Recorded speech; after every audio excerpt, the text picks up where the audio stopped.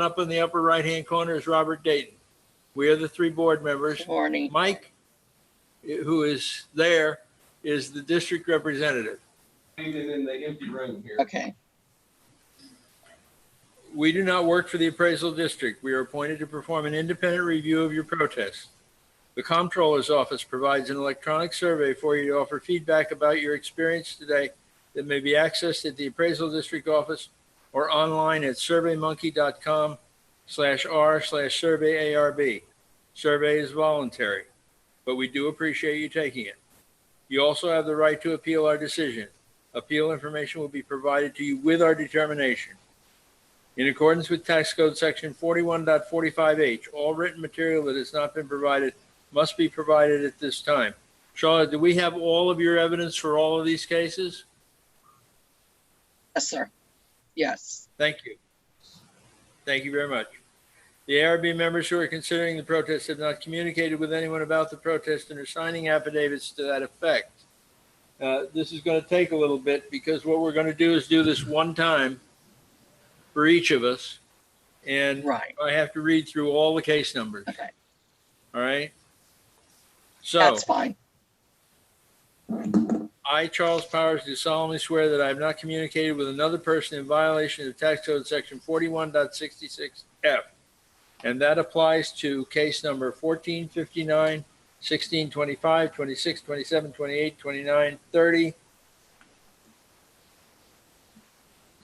31, 33, 36, 37, 38, 39, 16, 41, 42, 44, 45, 46, 47, 48, 49, 50, 52, 16, 58, 16, 59, 16, 60, 16, 61, 62, 63, 16, 72, 73, 74, 75, 76, 77, 78, 79. And that covers accounts number 26583, 25328, 30184, 24798, 31893, 14035, 14036, 13694, 22892, 24936, 25330, 13466, 25335, 17171, 15187, 66279, 66280, 67289, 12080, 30297, 8809850, 20862, 24581, 8810538, 25211, 8819642, 17871, 19895, 24916, 63962, 23696, 57322, 25050, 25088, 54046, 24724, 24725, 32415. And I'm signing to that effect. Cindy? All right. I, Cindy Duck, do solemnly swear that I have not communicated with another person in violation of Tax Code Section 41.66F on account numbers 26583, 25328, 30184, 24798, 31893, 14035, 14036, 13694, 22892, 24936, 25330, 13466, 25335, 17171, 15187, 66279, 66280, 67289, 12080, 30297, 8809, 850, 20862, 24581, 8810, 538, 25211, 8819, 642-17871, 19895, 24916, 63696, 57322, 25050, 25088, 54046, 24724, 24725, and 32415.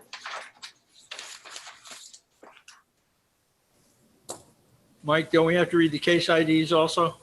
Yes. You gotta read the case IDs. Which is also case numbers 14599, 1625, 26, 27, 28, 29, 30,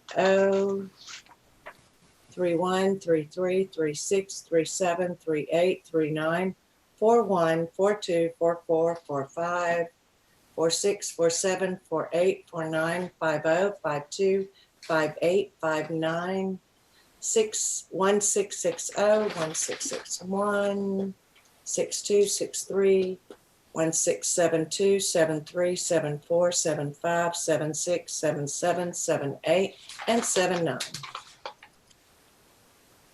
And my name's Val Smith. I am the notary public who is witnessing via Zoom. First of all, I witnessed Charlie Powers' signature. Mr. Powers, are you physically located in Texas? Yes, ma'am. Okay, and I am physically located in Texas. And then Miss Cindy Duck, I have witnessed your signature via Zoom. And are you physically located in Texas? I am physically located in Texas. Okay, and I am as well. So as the notary, I have witnessed both these signatures. Robert? Okay. I, Robert Dayton, do solemnly swear that I have not communicated with another person in violation of Tax Code Section 41.66F for the following cases. Account number 26583, 25328, 30184, 24798, 31893, 14035, 14036, 13694, 22892, 24936, 25330, 13466, 25335, 17171, 15187, 66279, 66280, 67289, 12080, 30297, 8809850, 20862, 24581, 8810538, 25211, 8819642, 17871,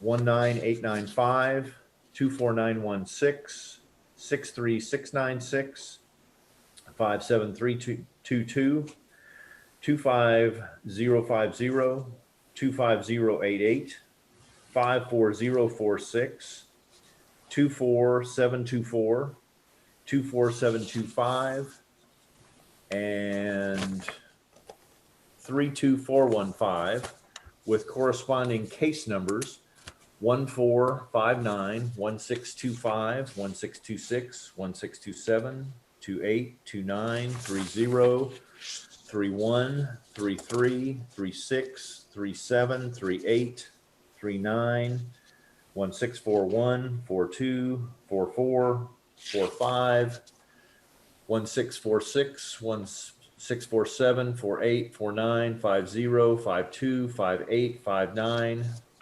1660, 1661, 62, 63, 1672, 73, 74, 75, 76, 77, 78, and 1679. And I'm physically located in Texas. My name is Val Smith. I'm notary public. I'm witnessing Mr. Dayton's signature via Zoom, and I am physically located in Texas. All testimony from all witnesses must be given under oath. Charlotte, I'm assuming that you're Yeah. under oath for the duration of this hearing as you signed the affidavit. Do you understand? Yes, sir. Thank you.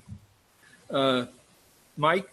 Okay, this is, so am I doing the same thing with, or just one, am I doing the listing? Okay, okay. As far as the affidavit, my name is Michael Soto. I do solemnly swear and affirm the testimony I shall present to the Appraisal Review Board for the Aransas County Appraisal District are true and correct. And the listing case numbers are as such. The IDs are 26583, 25328, 30184, 24798, 31893, 14035, 14036.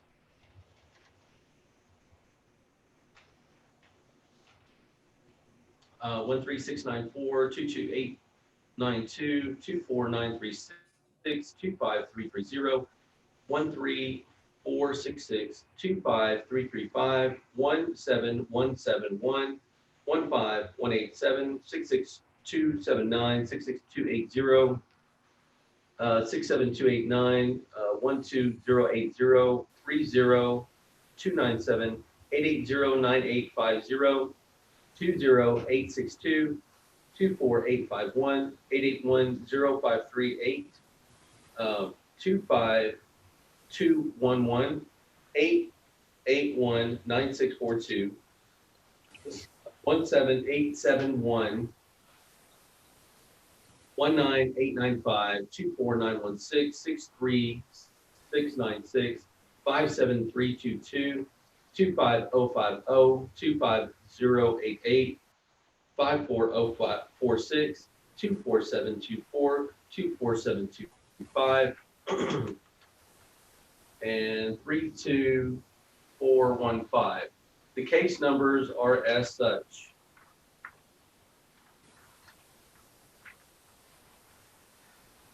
$14.59, $16.25, $16.26, $27, $28, $29, $30.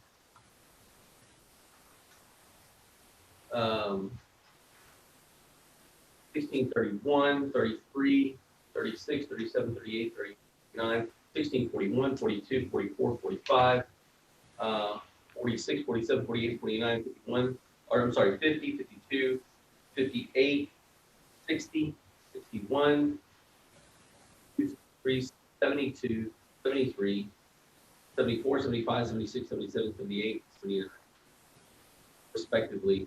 And one thing that's important is that if at any time during this hearing I'm replaced here, they're going to have to read this affidavit as well, just in the interim, like whenever, if I'm not the representative here. Also, during this 1.5 days of hearings, if at any time there's another board member that comes in, we're going to have to go through this operation with that board member. Okay? Yep. Signing to that effect. Okay. Charlotte, Yes. do you have a license as an appraiser in Texas? Yes, I do. Are you As a property tax consultant. as a property tax consultant, but not an appraiser's license? Yeah. Not an appraiser's license. No. Okay. Do you have the hearing procedures page, the chart that shows the times? Yes. Good. Excellent. That's what we're going to follow for each of these cases. Okay. You have a choice, Charlotte. Do you want to go first, speak first, or do you want the district to speak first? The district can go first, please. Okay, Mike, you got 5 minutes. Yeah, in looking at the district evidence, I also looked at the taxpayer evidence, and there's some there's some damage that needs to be taken into account as far as the termite damage described. But let me just go ahead in a full state or a totally complete, totally whole state. This is the information and the evidence that I'm presenting. So the current thing that we have is we have some pictometry imagery overhead. You can see that this is live oak point tracks. It fronts both 35 and Aransas Bay on Fulton Beach Road. On the next card, the next thing that you see is the card. They have a value of $619,350. Now you'll recognize that we have 100% complete, 100% functional and physical, which means that we think that everything's okay there. Obviously, the property owner's agent will present evidence associated with termite damage that needs to be considered. But in a whole state, what happened in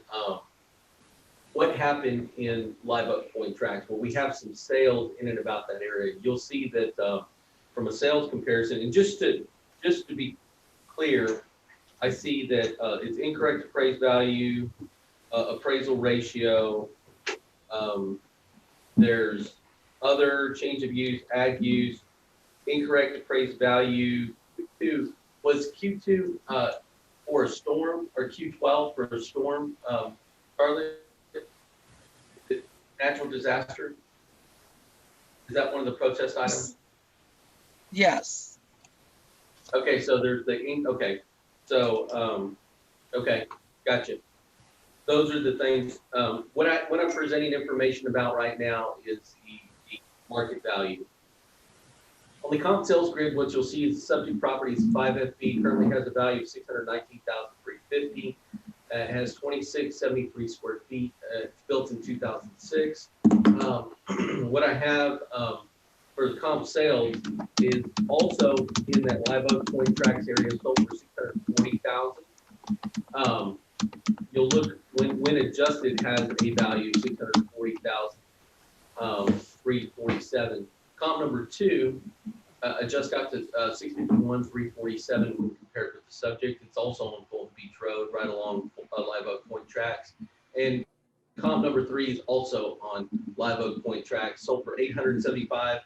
When compared with the subject, produces a value of 600. Go to comp number 3, produces a value of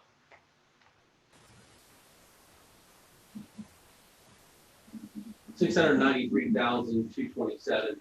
The median value for that is $651. Let's go to the next. The next thing we have is equity. We have in equity, what I would say is that these are also properties that we try to pull from the Live Oak Point Tracts area, the Fulton Beach Road area. And you can see that the median equity value is $643,637. So in both of these cases, it supports the value that we currently have on the property of $619. Comp number 1 is right there in Live Oak Point Tracts. Comp number 2 is in Live Oak Point Tracts. 3 and 4 are also there on Live Oak Point Tracts. Is that all we got? Let's look one more. Yeah. And what you'll see is that we pulled things from that same area. They were appropriately adjusted both for size and land elements. Every single element there is adjusted in comparison to the subject property. And so that one produces a value. Now what you're about to hear is some evidence in relation to some termite damage associated with the subject property. And that's okay. We're going to account for that. In the back end of this, you'll see the sales ratio, which is all of those sales along Fulton Beach Road. And you can see that the median value is 98, or the weighted mean is 98%.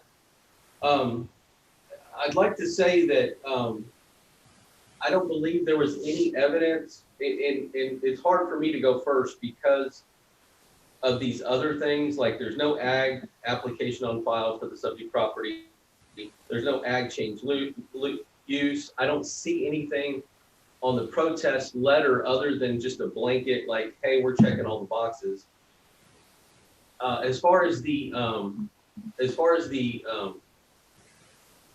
property was damaged and not applied for, I know that in the year in question is 2020, and a COVID. Okay, Mike, you just took 5 minutes. Okay. All right. Go ahead. Charlie? Yeah, Okay. Okay. Mike just hit his. yeah, Charlotte can go. Okay, so Charlotte, you've Okay. got 2 minutes for your cross-examine, and then you've got 5 for your presentation. So I'm just going to put you on for 7. Okay. Go Okay, ahead, Charlotte. And on this PID 26583 for cost 1459, we're fine with the sales and the equity that the district has presented. It's just these condition issues. I've submitted some pictures that the property owner has termite damage all over that hasn't been repaired. And also some severe flooding issues that they can't access the property during heavy rains. On the improvement side, we just feel there needs to be some consideration for the condition of the property. And then maybe some economic condition for the flooding that does not allow them to get in and out of their property, sometimes as long as a month to 6 weeks on a heavy rain. And that's all that we have.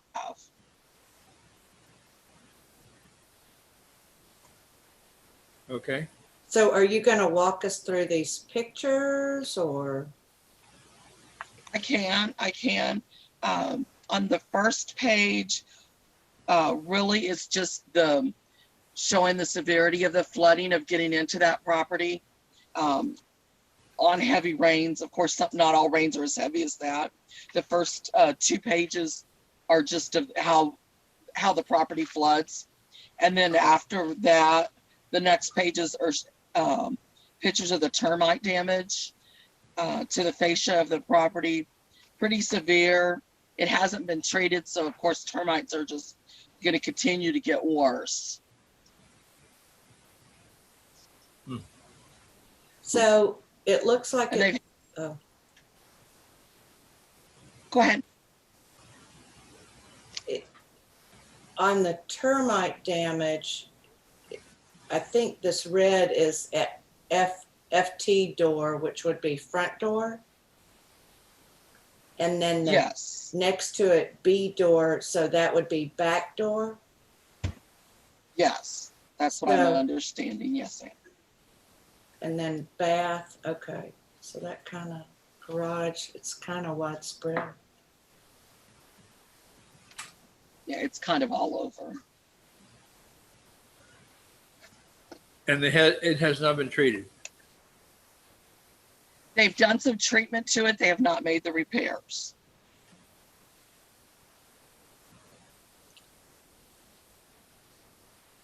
Do you have any estimates for what it'll cost to repair that? No, they have not given me that.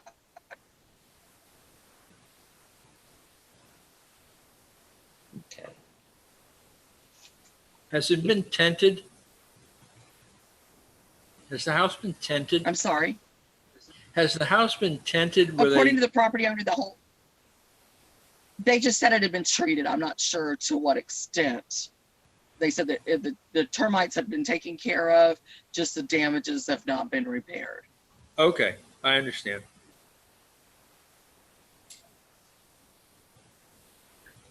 Okay, well, you've still got 3 minutes, but Do you have an opinion of value? No, I don't. We're just asking for some type of adjustment to be made to take those things into consideration.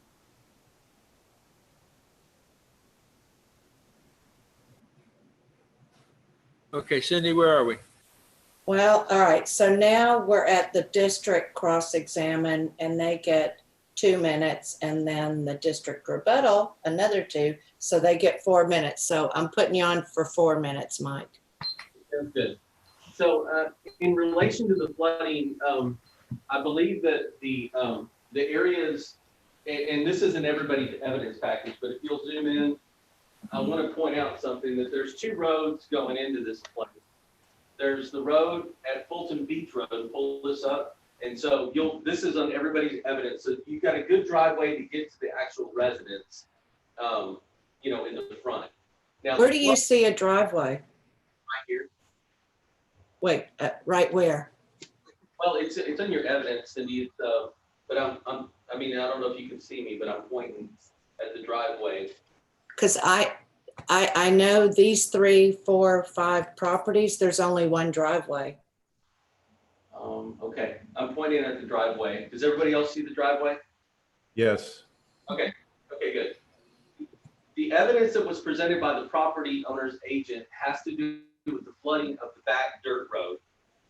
And I want you to know that this situation has been talked about before and has already been accounted for in my evidence package of my card. You'll just go to my card. And in my card, you'll see that there's several elements in the land. And one of the elements is thinner land, function due to flooding, ARB. This is set 20 years ago. So this adjustment has been in the account for 20 years already. This land is only 75% of what it should originally be here. And this is the land to the back. So when you're looking at the segments of the land, again, go back to the pictometry. When you're looking at the segments, the most valuable portion is the front piece associated with, that's the waterfront portion. Then you have the center land that's kind of at a nominal value, and then you have behind there, you'll have the frontage on 35.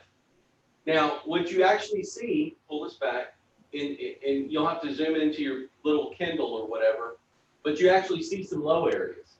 But that's been Is that an overhead? I can't find what you're pointing at, Mike, and I'm so sorry. Okay. But I can't see.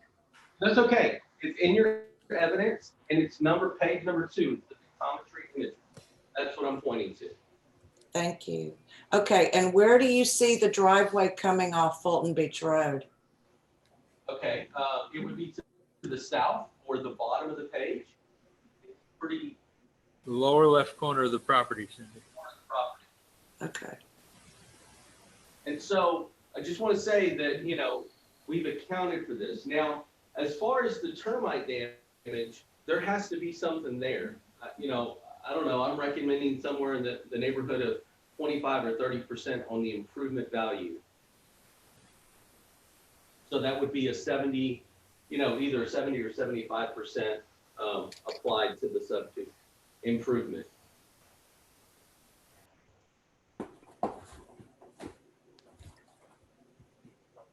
And I will use the remainder of my time to answer any questions from the owner's agent or the appraisal review board.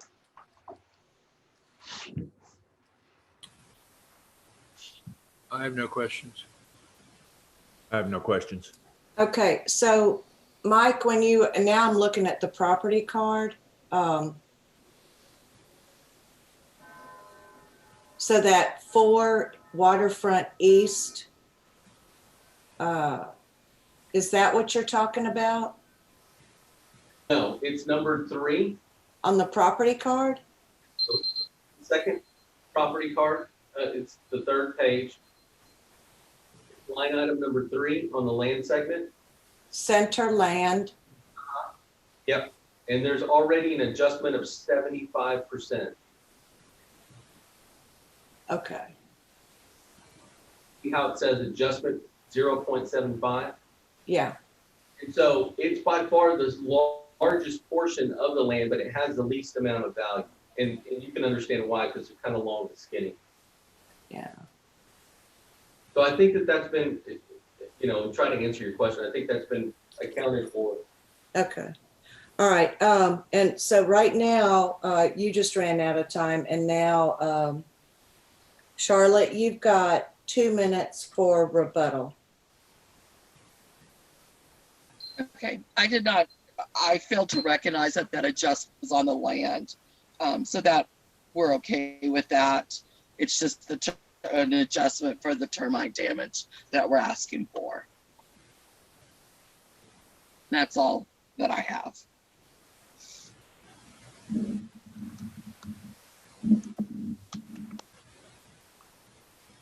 Cindy? Okay, so now district gets 1 minute closing. Yes, I would just ask the question of the property owner's agent. Does my recommendation of 70 or 75%, apply to the improvement? So like a 30% negative adjustment, does that sound reasonable for your termite damage? Yes, that does. Okay. Then are we okay at 70 or 75, or where would you like to go? I think 75 is fine. Okay, then that would be my recommendation, that you apply 75% to all of the improvements for the termite damage, and we'll put a note in the account. Okay, so let's figure the values. That should be about 543,180 Total, total. Okay, wait, let me.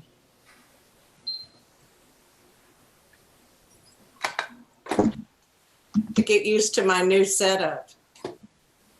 543, 180 is what you said, Robert? That's what I got, yes. That's what I got. Oh, it is? Okay. All right. So, okay, y'all are good with that? I'm good. Yes. I'm Yeah. good. And you're good? Okay, so on account number 26583, taking into consideration incorrect appraised market value, appraisal ratio exceeding the median level of appraisal, any other issue which might affect the value of the property or the property owner, change in use of land appraised as ag use, open space, or other, okay. Open space, owner's name is incorrect, property should not exceed. We need to read all these, Charlie, or since the No, burden I of mean, proof? Just Can all Can I, of them.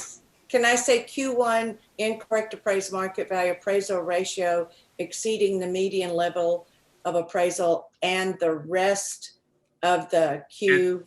Yeah, any other issues are covered. Can I say that? Yes. Okay, cool. Okay. So, and any other issues? I make a motion on account 26583 that we lower the 2020 value to $543,180. I'll second that. All in favor? Aye. Aye. Okay, that case is closed. And we'll go to the next case, which is 2020-1625, account 25328. Charlotte, who would you like to go first? The district each time, if that's fine. Each time, that's not a problem. I just didn't know. Mike, you're on. That's okay. This property is the Key Allegro condominium. It's at unit 405. It currently has a valuation of 351. You can see, this is one of the ones that we have. Last year we had a 55% complete. And this year, if you can go to my evidence, Jackie. I'm trying to pull it up. They just ran ready. Last year was 55% complete. We're showing this year that it's complete. If you pull this up, you can see that it's complete. That's on my card. It currently has a value of 351 and change. If you'll go, the two main items are, and obviously there's other things as far as protests, there's ag use, there's any other thing that adversely affects the property done by the chief appraiser. I think the things that are mainly presented here is both market and equity. And so from a market standpoint, what are some other sales that have occurred in and about that area? Well, here specifically in Key Allegro, we have a sale at $343,000, a sale at $310,000, and a sale at $274,000. Now, what's interesting about this is even our own evidence is warranting a change at $333,000. The subject is currently at $351,000. So even our own evidence is pointing to about a $20,000 adjustment, not quite 20, I think 18 change. Go to the equity. From an equity standpoint, it's exactly like the ones that are in that building. So you can see that this is building 400. These are the same height. This is building 300 and 400 that are the same height. And you can see that there's very minimal adjustments in here because they're the same square footage. And again, the same square footage. It's producing a value of 351 for the median equity value that supports the value from an equity standpoint. But from a market standpoint, we agree in principle with the property owner's agent. I don't even know what evidence she's gonna present, but we agree that the property should be lowered at 333, 432. I'm trying to make this one fast and easy. Hey, Charlotte? Charlotte, Yes, okay, so yes. when he offered, Mike, did you offer that 333, 432 to Charlotte? Right now, I'm doing so in this open meeting, so 333, 432 is what I have. Charlotte, how do you feel about that number?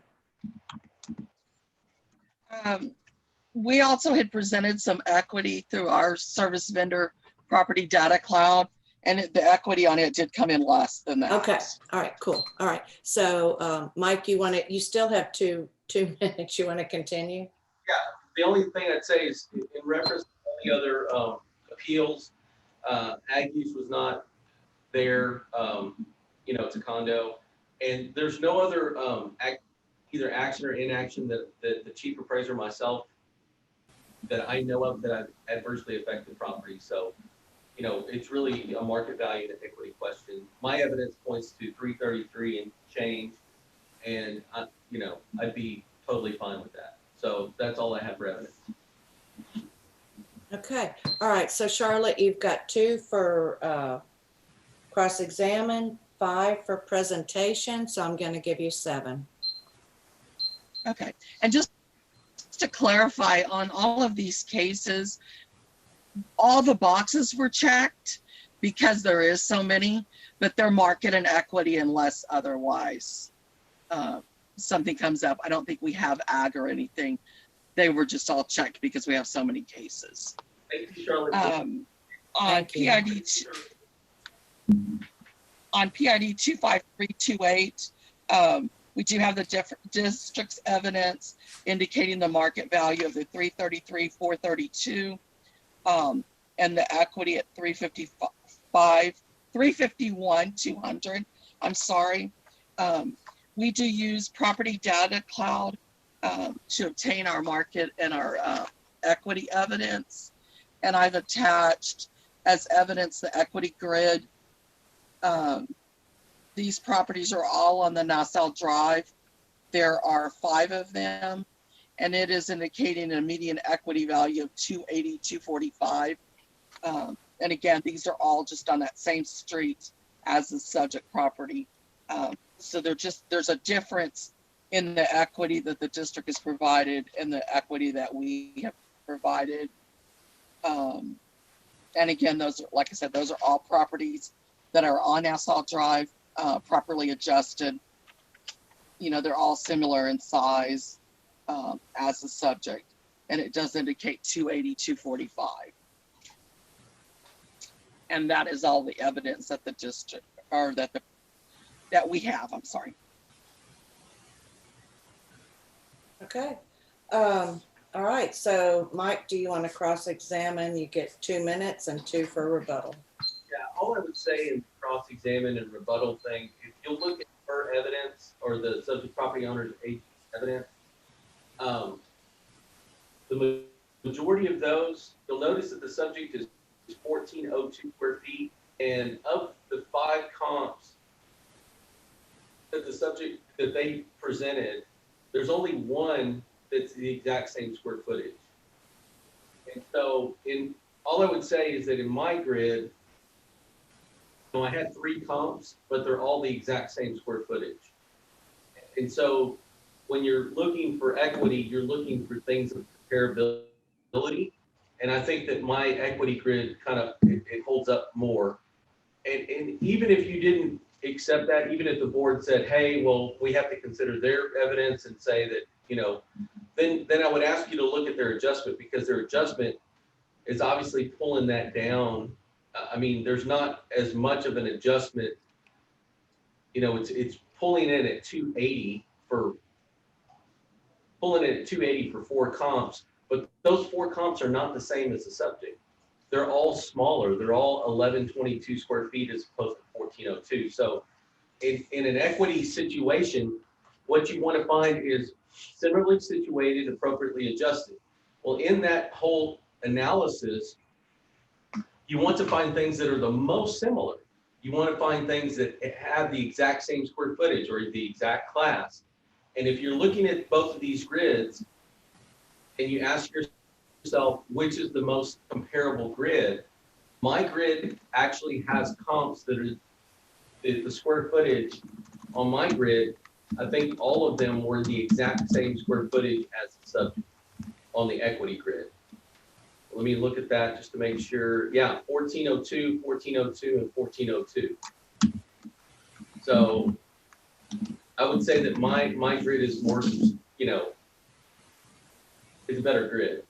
That's all I would say. In finishing up, all I would add is that our market value grid indicates a warranted change of 333, 432, I think is what that number was. For the remainder of my time, I will answer any questions from the property owner's agent or the ARB. All right, I'm just gonna, because it says it's current in her evidence. It says it's currently listed but has not sold on market over 260 days. What price tag was put on it that it didn't sell for 260 days? They've had it at 349. 349. Mhm. Have they lowered it?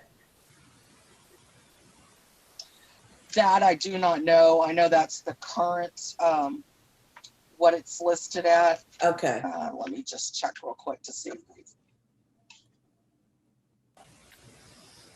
that kind of makes sense. Yeah, it does not say. Yeah. And that, I'm sorry, it just shows. Wait, you cut out. yeah, what I was going to say is that. No, and I'm sorry, Mike, it was, Charlotte said something and it totally cut out.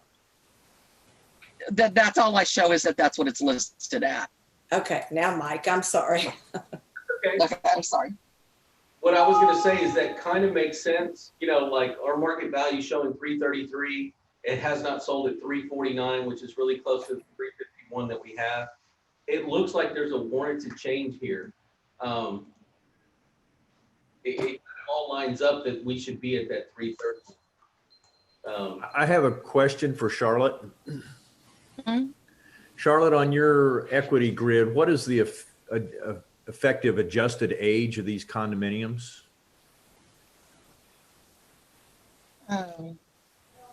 They were all built in 1973.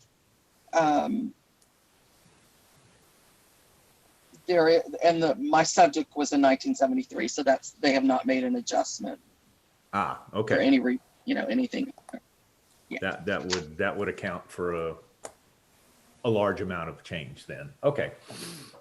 All right, so now, basically, I mean, we're at, Charlotte, you get a 2-minute rebuttal and then we'll go into closings. I don't have anything further. Okay, so Mike, your 1-minute closing. What I would say is that in putting this evidence package together, you know, there are times where our own evidence points to a reduction. This is one of those times. It's not quite to the extent that the property owner's agent is asserted at 280. And if you look at the main difference between the 280 and the 333 or the equity grid, is that the equity grid and my grid, I pulled the exact same square footage. And you can see that our equity is supported in that median equity value. Having said that, there's a market value change that's warranted. That's even further supported by the fact that this has been listed and not sold. So it's listed at 349 and not sold. We're recommending a change at 333. Okay. Charlotte, you get 1 minute to close. I'm sorry. Okay. Again, we've presented the evidence of the equity of 280, and I understand that it's, there's a difference in opinion there. It has been on the market for the 349, for 260 days. We don't have any other evidence or any other questions. Okay. All right. So now the ARB gets 5 minutes to discuss and come up with our answer. The one and only thing I'm just interested in just checking a little bit is the districts, the location of their comps, because this is one of those situations where you're located makes a difference. So I have to get one of the addresses to get the property number. And I'm sorry, y'all, I'm just getting used to this different situation. Are you looking for the equity comps, Cindy? I'm looking for like the, yeah, it would be the equity. I just want to see what address, yes, to answer that, yes, because what I want to see is where they're located as far as on the water compared to the unit that we're discussing today. One more. Huh? I was, yeah, I just wanted to verify that these are all, so the subject is building 400. This is the next building over. And then, Okay, wait, hold up. Let me, okay. 400 is 1, 2, 3, 4 from the, when I'm looking at it from the left side, 1, 2, 3, 4. yeah, if you go from the pictometry imagery, Yep, presented, and I don't, you want to go ahead and pull up the thing? Yeah, so from Little Bay, 1, 2, 3, 4, the subject is kind of in the corner right down here. yes, So to pull the exact same square footage, I use this building, it's the next adjacent building. So they both show west, you know, they both point in an easterly direction. So they both have the same kind of shade and sun. They both have a similar view, peekaboo view of you know, Little Bay. so you use building number 3? Building number 3 because it had, I was able to pull the square footage was the same. I was trying to get the square footage, at least in our grid, that was the ones that were pulled. Okay. And the values may be a little bit different, but I mean, as far as evidence that we got, I kind of have to, because I don't know, like Robert pointed out, that the year's difference, because what we've seen is that has drastically changed the numbers. So I'm kind of at that 333, 430. What are y'all at? Yeah, I agree with that. The effective age wasn't changed on the work that Charlotte presented. Right. I agree with that, Charlie. Okay, go ahead, Cindy. Okay, so on account number 25328, taking into consideration the incorrect appraised market value, the appraisal ratio exceeding the median level of appraisal, and any other issue which might affect the total value of the property, based on what we've heard from the appraisal district and from the property owner's agent, I make a motion that we lower the 2020 value to $333,430. I'll second that. All in favor? Aye, Aye. Okay, okay. closed. Next case, 1626. Fumble fingers can get the right sheet of paper. It's account 31893. Mike, I think you said you should go ahead every time. Okay, sounds good. Subject property is in Palm Harbor. It's 254 Starboard Avenue. We currently have a valuation of $284,950. This property, account number 30184.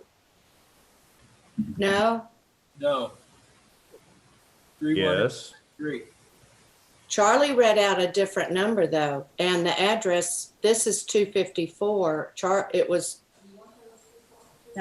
Okay, hang on, just a question. Are we going to case number 1626?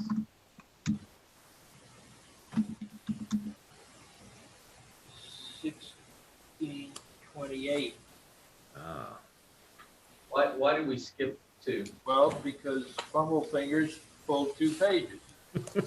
He's having to get used to his new office too. Which one do you want to do? So fumble Go fingers, back. right now, it's case ID 2020-1626, account 30184, Okay, thank you. Palm Harbor.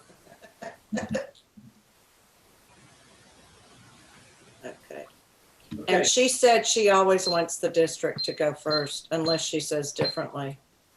okay, this is on Starboard Avenue. It's towards the end of the cul-de-sac. Currently has a value of 284 and change. You can get my evidence here.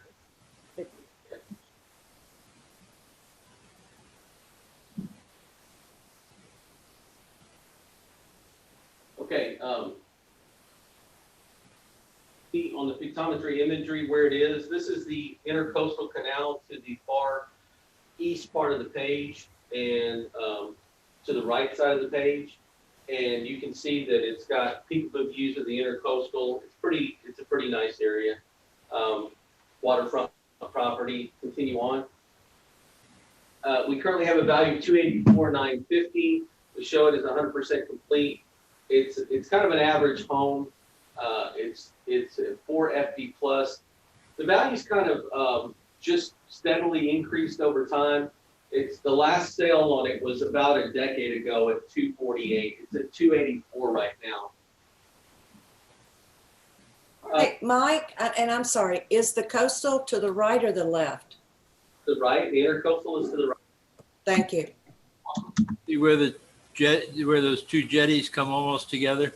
Yeah, That's the entrance to the intercoastal. got it. Thank you. Okay, so the next thing that we have is just the sales information associated with the comp sales. The first sale is at 288,300. When appropriately adjusted, produces a value of 289 and change. Another one on Starboard Drive sold for 305. When appropriately adjusted, produces a value of 291. Comp number 3 and 4 are also on Starboard Drive, 265 and 292 respectively, producing values of 285 and 279 respectively. You can see that the value, the median equity value associated with the subject property, as just from a sales comparison standpoint, supports the value that we have because it's at 287, the subject. Moving forward to equity. Again, these are just properties that are not necessarily sales. We try to get it in that 4 class range, whether they're SS or FB. And Charlotte, just for your information, SS is standard siding or frame home like wood.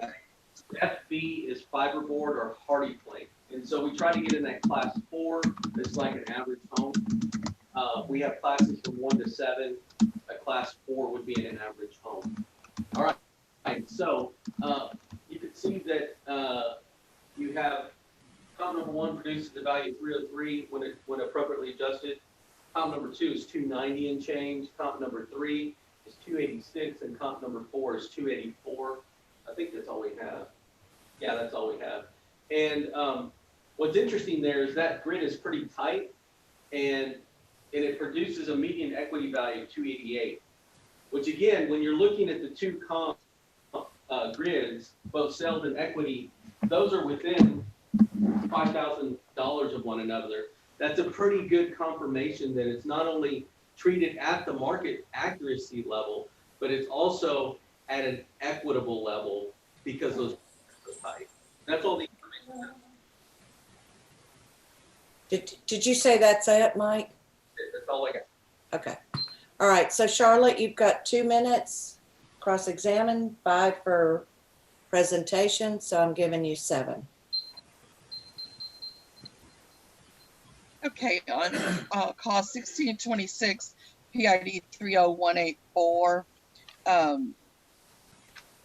The evidence that we are presenting, again, is the property data cloud, the equity report. That equity is indicating a value of 260,049. These homes are subject to a little bit older than the ones that it compared to. Are subject in 67.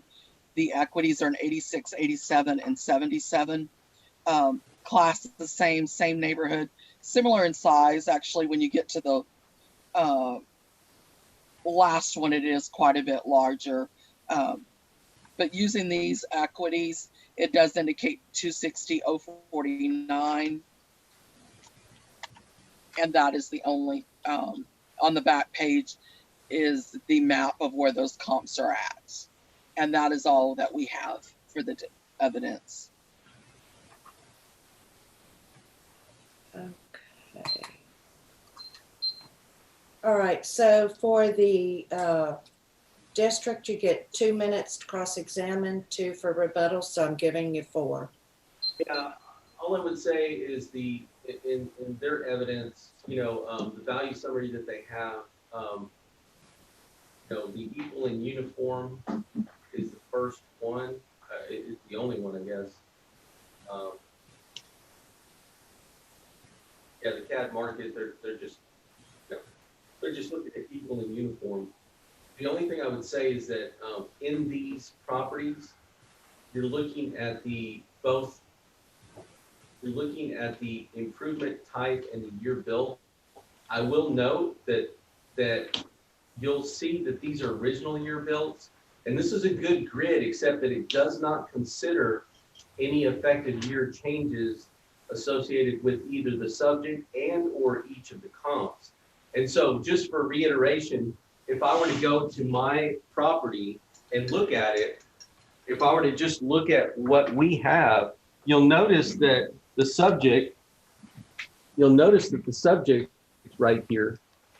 Let's see, if I go to my grid, and if you'll notice that the subject there's an effective age change because it's going through a remodeling event at some point in the past. There's a 30-year change there. And as far as just grids go, if that was not considered for the subject, then there's no comparison associated with each of those comps. And if you're looking at the subject property owner's agent's grid, that does not look like it's considered in any way. That would be my rebuttal or cross-examination of that grid. On the surface, it looks like a good grid because they're all 4 FB pluses. But unless you went through each individual one of those and you looked at the contributory value of the effective age element for each improvement and made an appropriate adjustment, then it would not be a good grid. That's all I got. Okay. So now, Charlotte, you get 2 minutes to rebut. I don't need any time. Okay. I'm fine. So now, district, you get 1 minute, and district, you get 1 minute. Yeah, what I would say, this is an example of really good, not only market, but equity. When you see grids come together this tight, I mean, you're talking $5,000 on a $280,000 property. The difference between the grids, that's representing less than 2% between those grids. That's a really, really tight situation.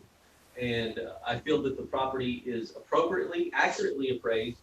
And secondly, I feel like it's equitably appraised, just from the evidence that we presented. In pointing out the most obvious difference between our grids, obviously the effective age has a bearing on market value and equity.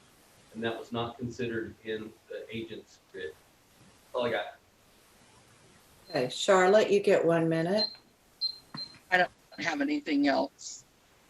Okay, so now the appraisal review board gets 5 minutes. The effective age in this case could have a major effect because it went from 1967 to 1997 for the main area, and the covered porch was 2014. That's correct. That's some significant differences. Well, and then also, it looks like on the property card, it shows, am I seeing 120% adjustment, or is that just, am I misreading? No, that's correct. That neighborhood adjustment due to sales, but it's applied to everything in there. No, absolutely. So And the thing is, you were able to find 2019 sales in that neighborhood, except for, okay, now it's my screen. Our screens keep going back and forth. So I would say that does back up that the sales to support the, one of 120, perhaps. So are y'all in agreement? I'm good with where it is. Okay, so based upon what we have heard from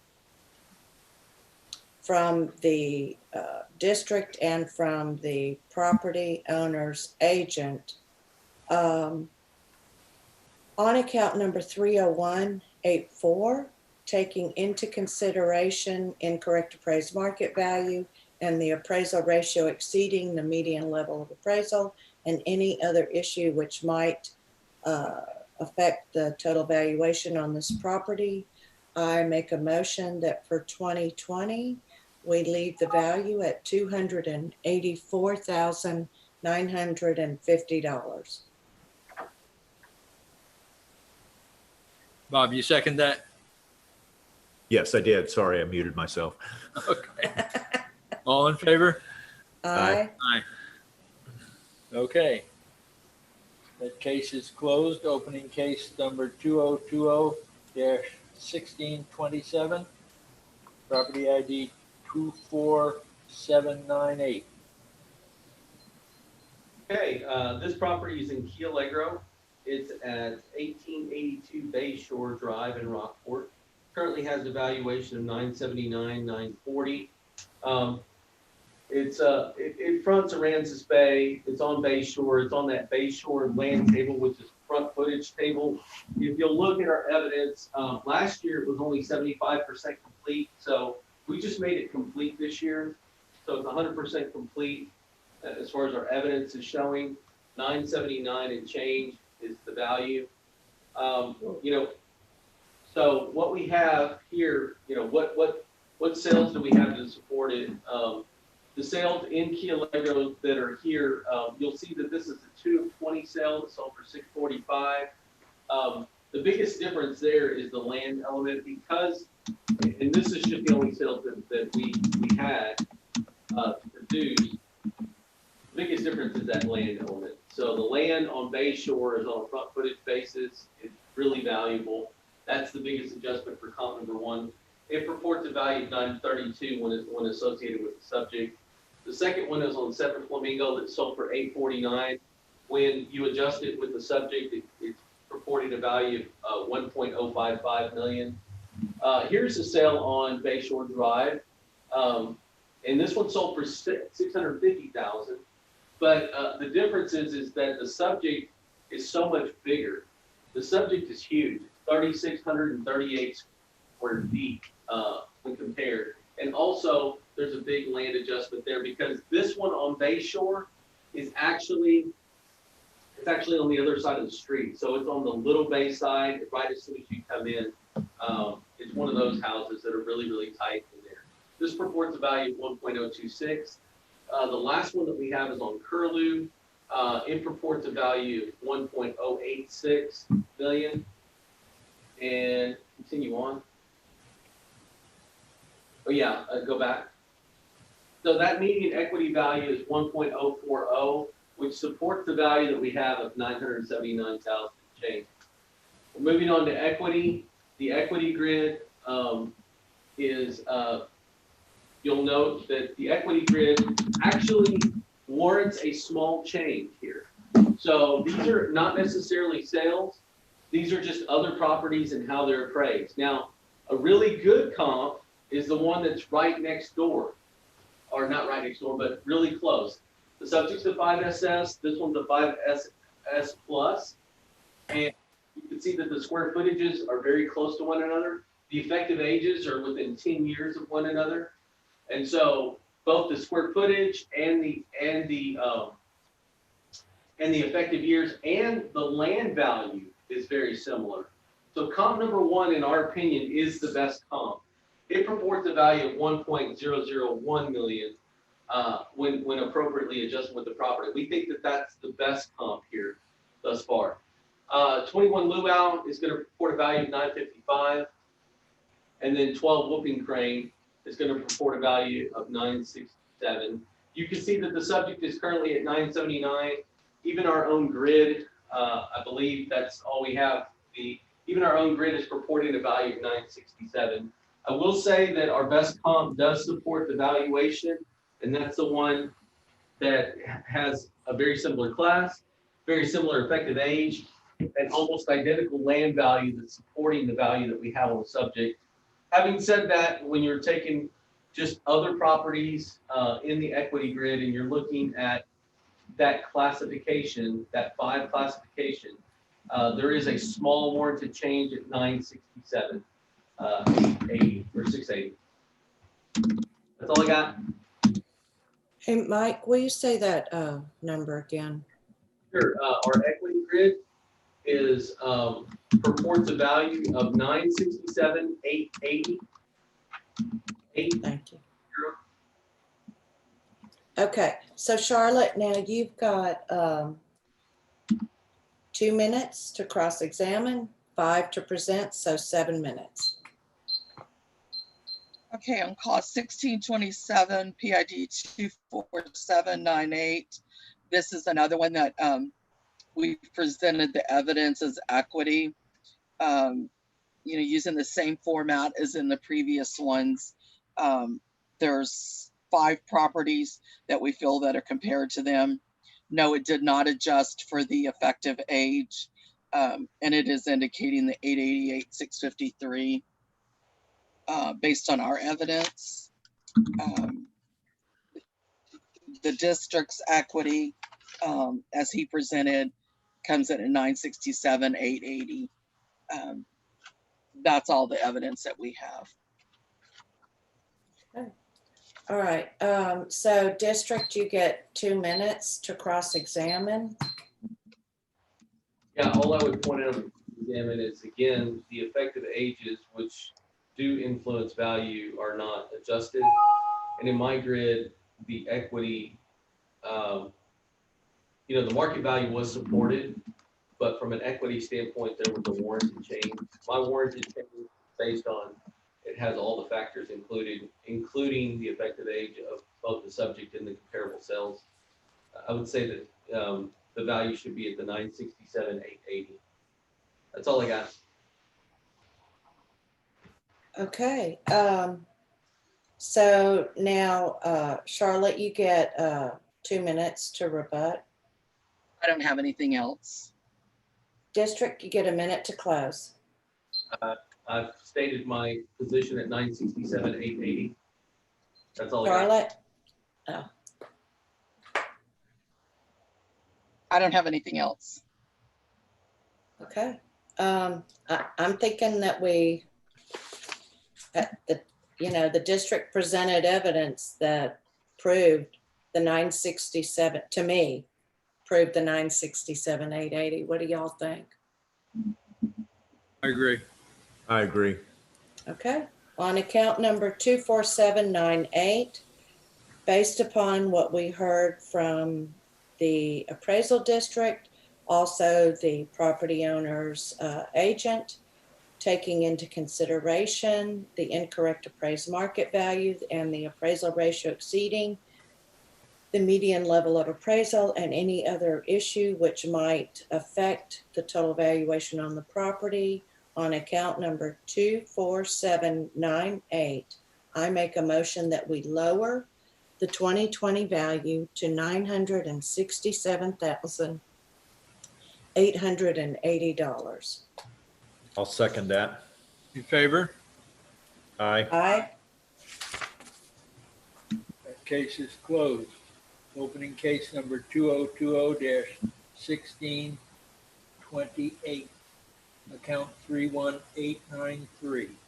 Okay, this property is in Racket and Yacht Club condominium. Currently has a value of 246. When looking at the property, you can see that it is it's not listed right now, but it's in that condominium complex. If you'll go to my evidence, the subject property course, in the Racket and Yacht Club. It currently has a valuation of 246. We show it as complete. Moving on to our sales grid, you can see that these are also properties in that area. The neighborhood is exactly the same. The location is the same. What are some sales that occurred here to warrant the value? The very first one sold at 265. When appropriately adjusted with the subject, reports a value of 255 and change. Comp number 2 sold for 246,000. Reports a value of 255 and change when compared with the subject. And the last sale is at 185. The biggest difference there, if you go to back to the first two, you'll notice that the very first comp is the most recent comp that we have. This sold in April of 20. This really purports the value of what's going on right now. Very much supports the January 1 evaluation date. And the fact that it's exactly like the subject in the square footage at 1315, it's by far your best comp. It sold for 265,000. Again, the median value that's supported is 255,050, which supports the value of 246 that we have on the subject property. Moving on to equity, how are these other properties appraised? Well, if you're looking at these, the very first comp is at 247,700. It's got the exact same square footage as the subject. When you're moving on to comp number 3, you can see that it's a little bit smaller as well. And so there is a small warranted change at 241,025, just from an equity standpoint. And in summary, what I'd like to say is our sales are supported. From an equity standpoint, there's a small warranted change that's here at 241.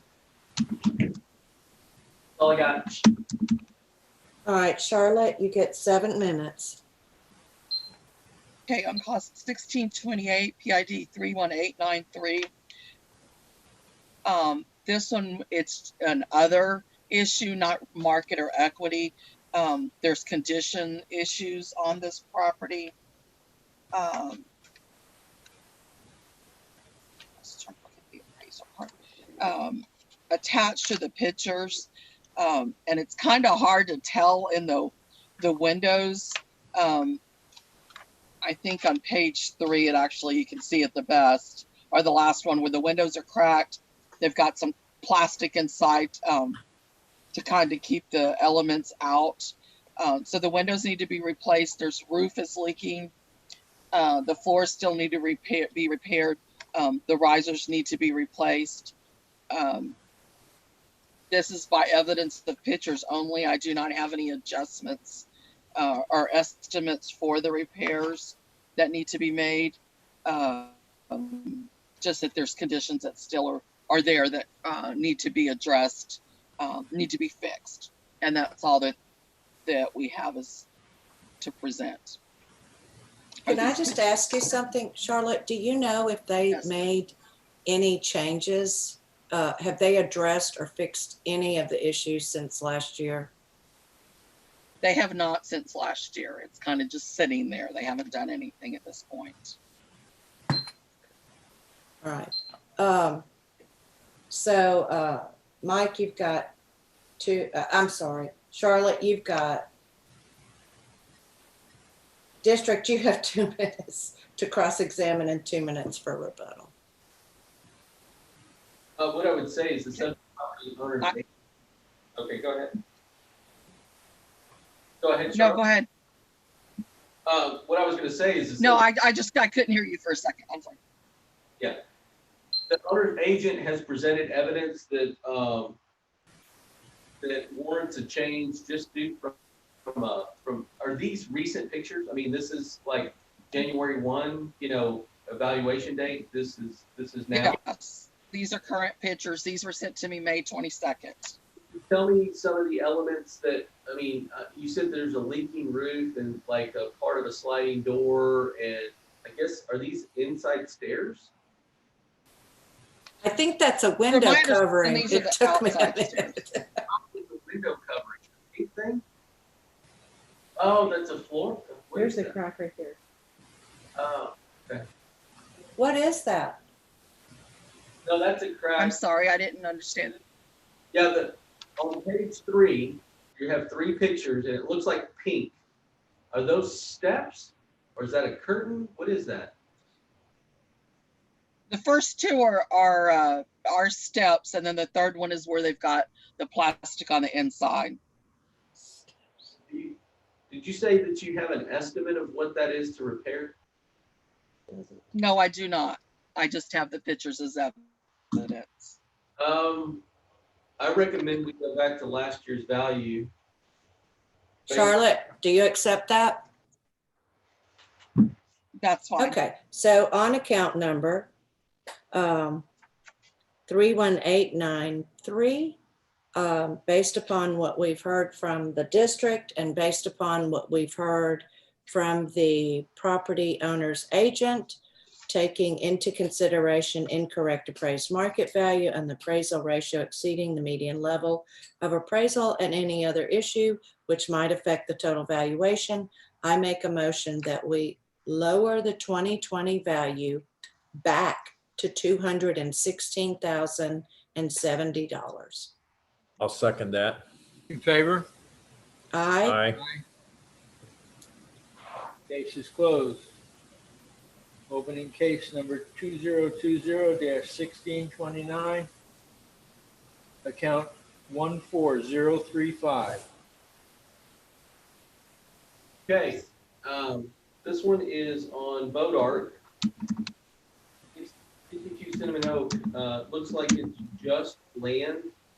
No, I'm sorry, it's land and improvements. And we'll just go into our evidence here. It looks like we have a valuation of $86,910.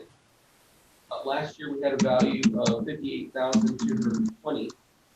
And the two main things that are going to be protested are appraisal and equity. And you can see that this is a house right here. And when we pull our deal over, we're looking at a house that just increased a little bit in value. And it was specifically the improvement. I think it had to do with the percent completeness from last year to this year. Yeah, there was a 50% physical in 19. And that's been removed because it appears that it's 100% complete at this point. Mike, Yes? when you look at the pictometry, the blue box, is that wrong? It's actually on, they actually own, I believe they own the other one as well. They own 14036 as well. And so the house is on, yeah, you notice that Flores is the owner of both. And we have all of the improvement. Years ago, I'll just say for the record that whether it's right, wrong, or indifferent, we have, years ago, they just put the house on this first bottom lot and they put the whole house on it rather than putting it on 2 different lots. It was not one parcel. It probably should just be on one parcel. But the reality is all of the improvement value is on this account, which is 14035.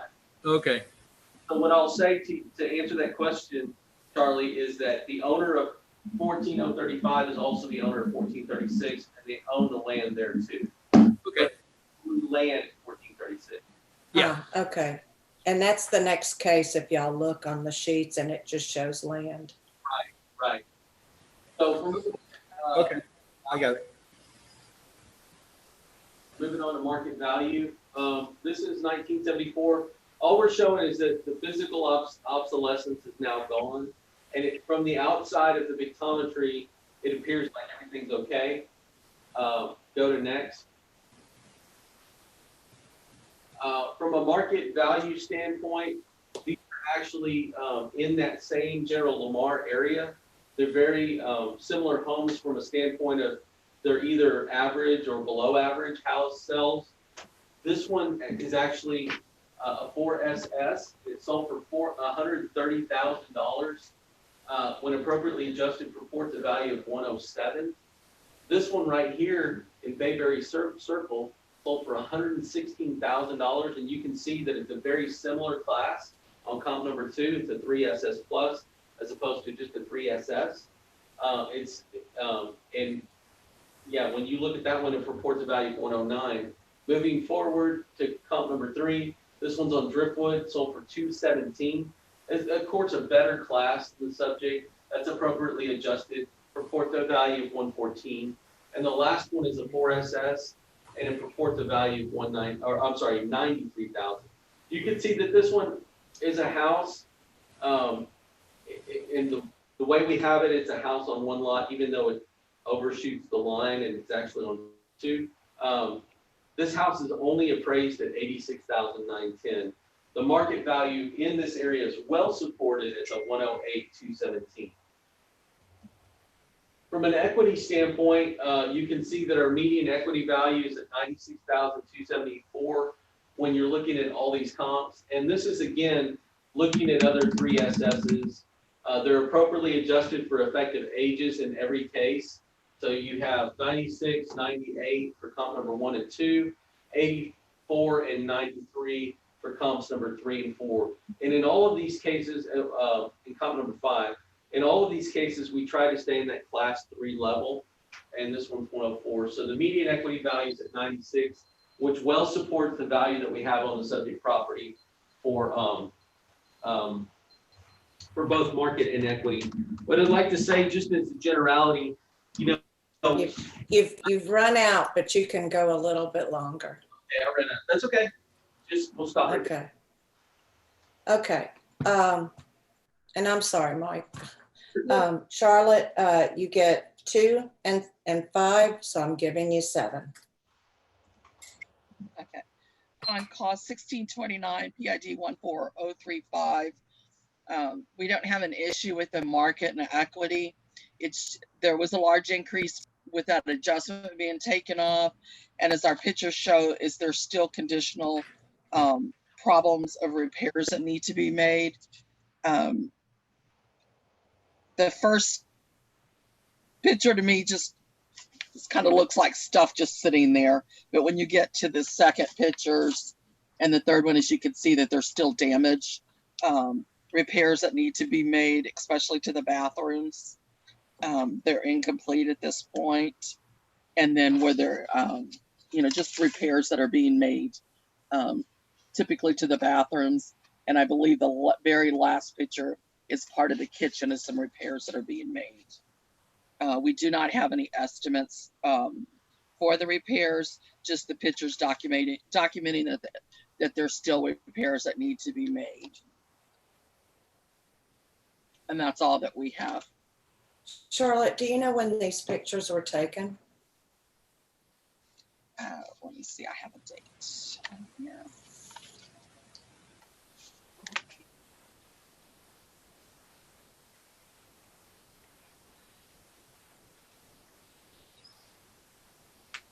These were submitted for 2020. I don't have the date of when the property owners sent them in. Okay, and then Mike, this was at what percent, and it got pulled? And 19. I'm sorry. It had a 50% physical in 19, and now we went to 100%. Obviously, the subject property owner's agent has presented evidence that's contrary to that, and that we should take into account for. Now, remember, a 50% physical or complete is going to be basically a dried-in structure. There looks like there's at least sheetrock up. There's probably some ventilation that's going up. I recommend, based on just what I see, somewhere in the order of 75%. 75, yeah. 75. Yeah. And that's all I got. If the owner's agent's good with that, we'll just proceed. Let me Fine see with what that. ma'am. I'm sorry, what, ma'am? I think she said fine, but I'll ask her again. Charlotte, can you repeat that for us? I'm fine with that adjustment, the 75%. Mike, can you tell us what number so I can? Sure. I'm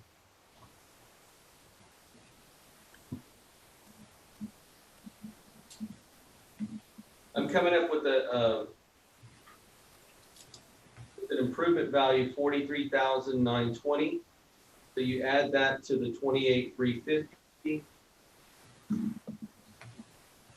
I come up to 72,270. Did somebody else check that math? $72,270. I came up with a 65,000 and change. Which sounds more. No, 58,560 times 0.75 plus 8,350. I still come up with 72,270. Yeah, I do too. yes, okay, I got that. 72,270. All right, so Charlotte, you're okay with that number? Okay, so on account number 14035, based upon what we've heard from the appraisal district and from the property owner's agent, taking into account the incorrect appraised market value and the appraisal ratio exceeding the median level of appraisal and any other issue which may affect the total valuation on this property, I make a motion that we lower the 2020 value to a 75% complete, which puts us at $72,270 for the whole property. I'll second that. In favor? Aye. Okay, that case is closed. We move to case 2020-1630, account 14036. Okay, the lot is right next door. What I'd like to say is that in this area, we currently have a value of 28,350. That's what we had last year, it just rolled. You can see that on the comp grid, we're looking at the price per square foot at 350. That's supported by the sales of the sales that were presented here. And then further, from an equity standpoint, you're just looking at vacant lots down the street and how they're appraised. They're all exactly $3.50. From a market and equity perspective, I believe that this is appropriately appraised and correct from an equity standpoint. That's all I got. Charlotte, before you begin, because of what you said on the last account, and it's totally up to you.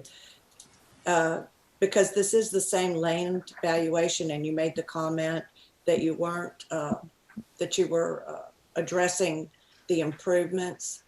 So I'm just asking you, is that 28,350? And it's totally up to you. Is that good for you? This or one, not? we're okay with the value. We just need a board order. Okay, so on We're account okay with number. the 28.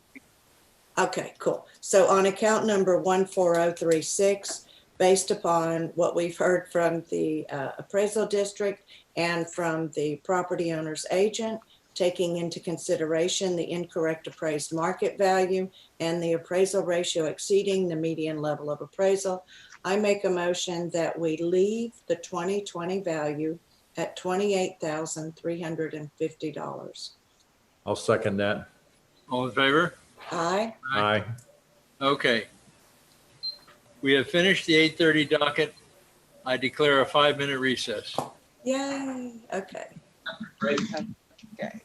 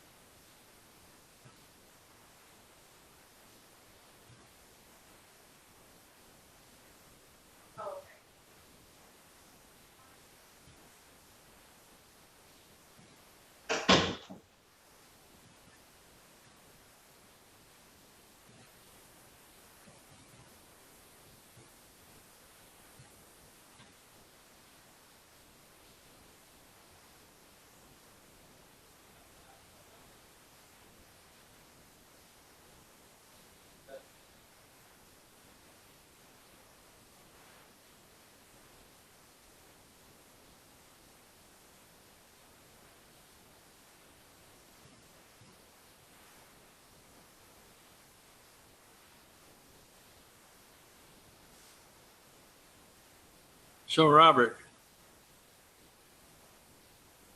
Robert, Yes. I gave Mike, when he delivered the goodies, I gave him the 3 pages of the script so that you'd have them for tomorrow, Okay. because I'm going to Victoria to get tested. Okay. I got those, and I'll fill in for you in the morning.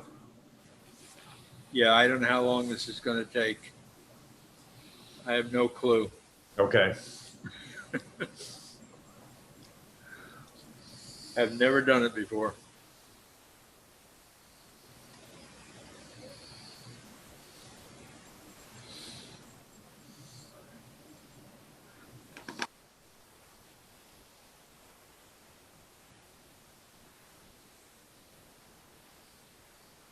Okay.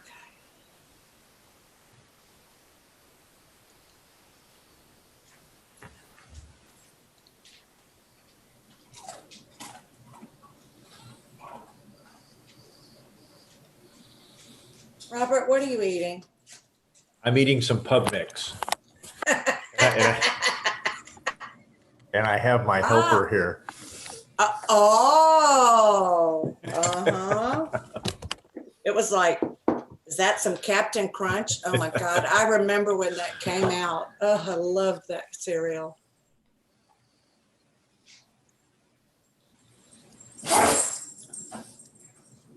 Well, That was my dog.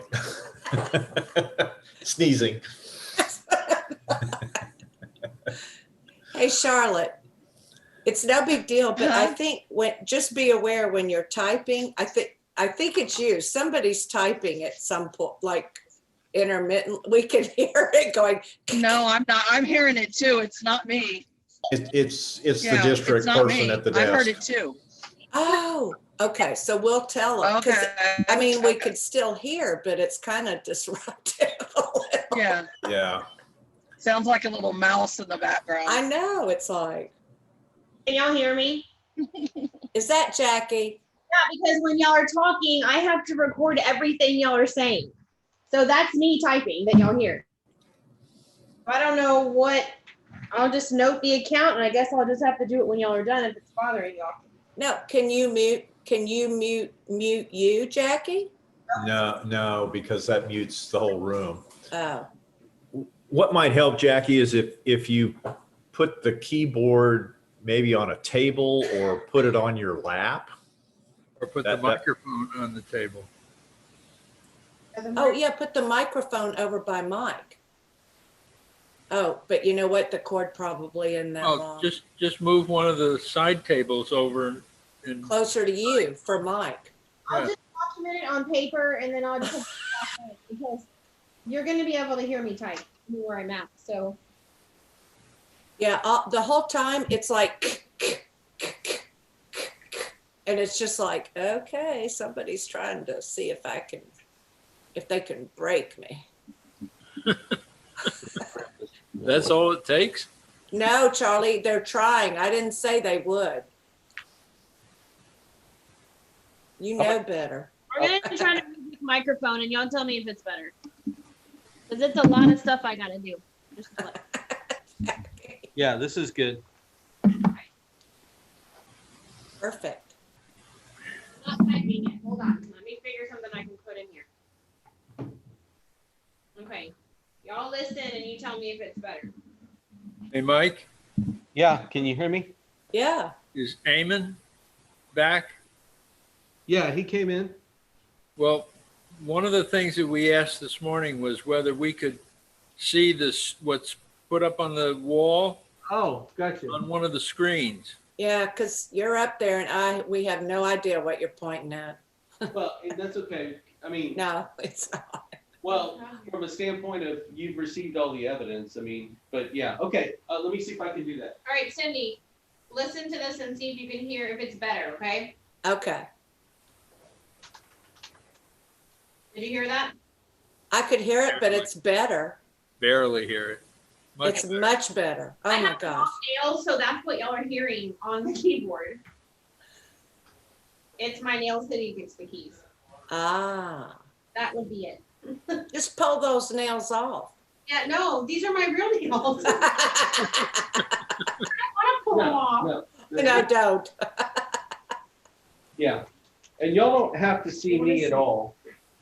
Y'all don't ever have to see me, so, we're trying to set it up to where you can see the, camera. I mean, the, Projector. projector, right. Hey, Ramon, Thank you. do you want to let her in? Do you hear me? Ramona's here. Do y'all want to admit her right now? Yeah. Sure. It's not showing up yet. Oh, there she is. Hey. Hi, Ramona. Oops, not connected yet with audio. Hi. Hey, Hi, Ramona. Ramona. Can you see us all? I Ramona, can see this. Yes. we need you to do the swearing in of the. for That's the, awesome. No conversation with anybody. Okay. Whoa, what just happened? That's awesome. Look, that's what, when they're showing evidence, that's perfect. Can I swear in now? Yeah, but you have the sheet, I do. and do you see the yellow bars? Yellow bars. Highlighted. No. Yes, you do, Ramona. No, I don't. Yeah, the account Okay. number and the case number. Okay, what you need to do is say the speech, and then from starting on page 1631, starting on the second page with account or protest number 1631, account 136094. Oh, the one at the top. Yeah. Yeah, right at the top. Beginning Okay. there, you need to read all of the case numbers to the end and all of the IDs to the end. Like we did before. Remember when we did this once before? Yeah, I remember. Okay. All righty, ready? I don't All know right. if Valerie's there or not. Yeah, she's coming. Go ahead. Okay, go ahead.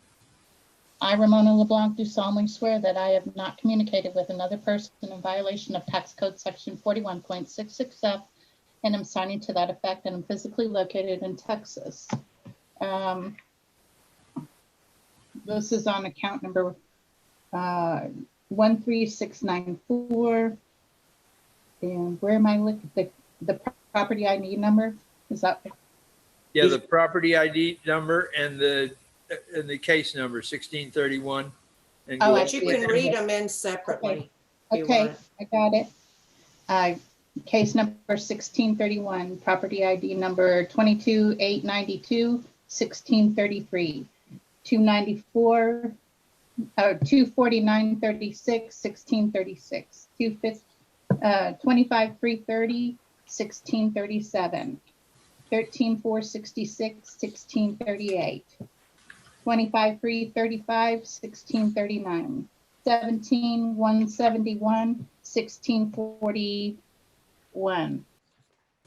15187, 1642, 66279, 1644, 66280, 1645,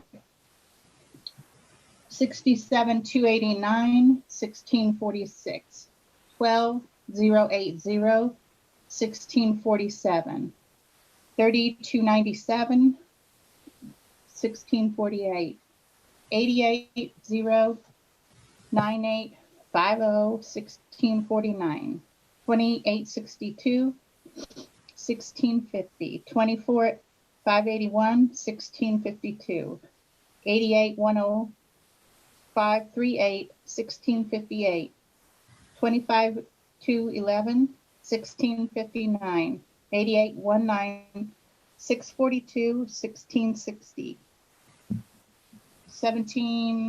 17871, 1661, 19895, 1662, 249, 16, 1663, 63,696, 1672. 57,322, 1673. 25,050, 1674. 25,088, 1675. 54,046, 1676. 24,724, 1677. 24,725, 1678. And 32,415, 1679. That's it? Yep, that's it. Thank you. Uh-huh. Okay. My name's That, and I am the notary public. I'm witnessing Ms. LeBlanc's signature via Zoom, and I'm physically located in Texas. all righty. Okay. Hey, We're and good. Charlotte, Opening, Charlotte, Yes. you can also, not only is it the NAV district's documents, but also yours. If you want them to show something, it'll show up like that too. Okay. No, Okay. well, No? oh, I guess we do. I guess we have that capability. But, are we ready? we're ready. Whenever you are. Okay. Opening case number 2020-1631. Account 13694. Okay, this account is at 318 North Burton. It looks like it's just a vacant piece of land here. And in our evidence, you can just pull up the evidence. Well, I know, but it's picked up the screen, sorry. Can y'all see our evidence right now, everybody? Yes? Yes. Okay, so what we have is 14,440 for the price for the land. You can see that it's two lots. It's 19 and 20, lot 19 and 20. Go to next. So what are the, what's happened in this area? You've had some actual sales in this area. They're all in this general area. This Annex K, which is trailer, that's one street off of Burton. That one sold for $47,000. Now you can see that that one's a really good comp because it's 12,000 square feet as opposed to 6,000. But it's also, if you looked at this value, you cut the 47,000 in half, and you're north of what? It's almost 25,000, 23,000 a lot. And the subject is only at 14. So that's a really good comp. One of the adjustments there is that there's a TP on that property, so that again, if you took that value away, it still supports the value. It's a super good comp. It's in that area, 17,470. That supports the value that we have on the subject at 1440. There's other sales that are here. They're not as comparable, but the median value that's supported is 15,225. You have Gagon Street up in comp number 2, continue on to comp number 3. Comp number 3 is also in trailer Annex K, and that one sold at $34,000. Again, that's a really good comp because it's twice the land square footage that the subject is. It appears, and if you took half of that value, again, you're looking at a $34,000 sale. I'm sorry, a $34,000 sale, and it supports the value that we have on the subject property. It's on that same table. The median value is 15,225. You're looking at comp number 4 is on Liberty that sold for 30,000. It's only 9,000 square feet. It gets a purported value of 17,400. I think that's it for sales. Continue on, Val. Jackie. On equity, what are some other properties and how are they appraised? You can see that the one right next door the comp number 1 is at 302 Burton. It's at 5,000 square feet. 5,000 square feet. And you can see that it's assessed at $12,000. Smith and Wood on Hood Street. Again, the next one, comp number 3 is on Hood Street. Again, those are all similar price per square foot. that are there, it supports the median equity value at 1440. I'm sorry, 14,400. That's all we got. Okay, so Charlotte, you've got 2 minutes to cross-examine and 5 to present. Okay, on call 1631, PID 13694. Our evidence supports the value, and so we just need a board order on this one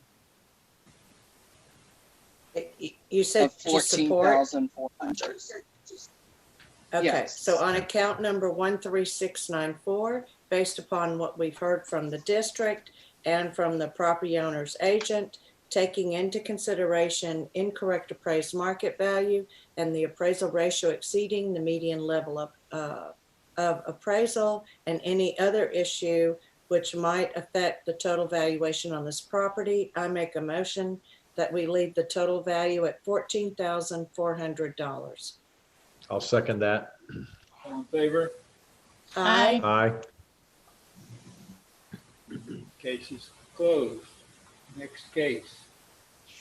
2020-1633, account 22892.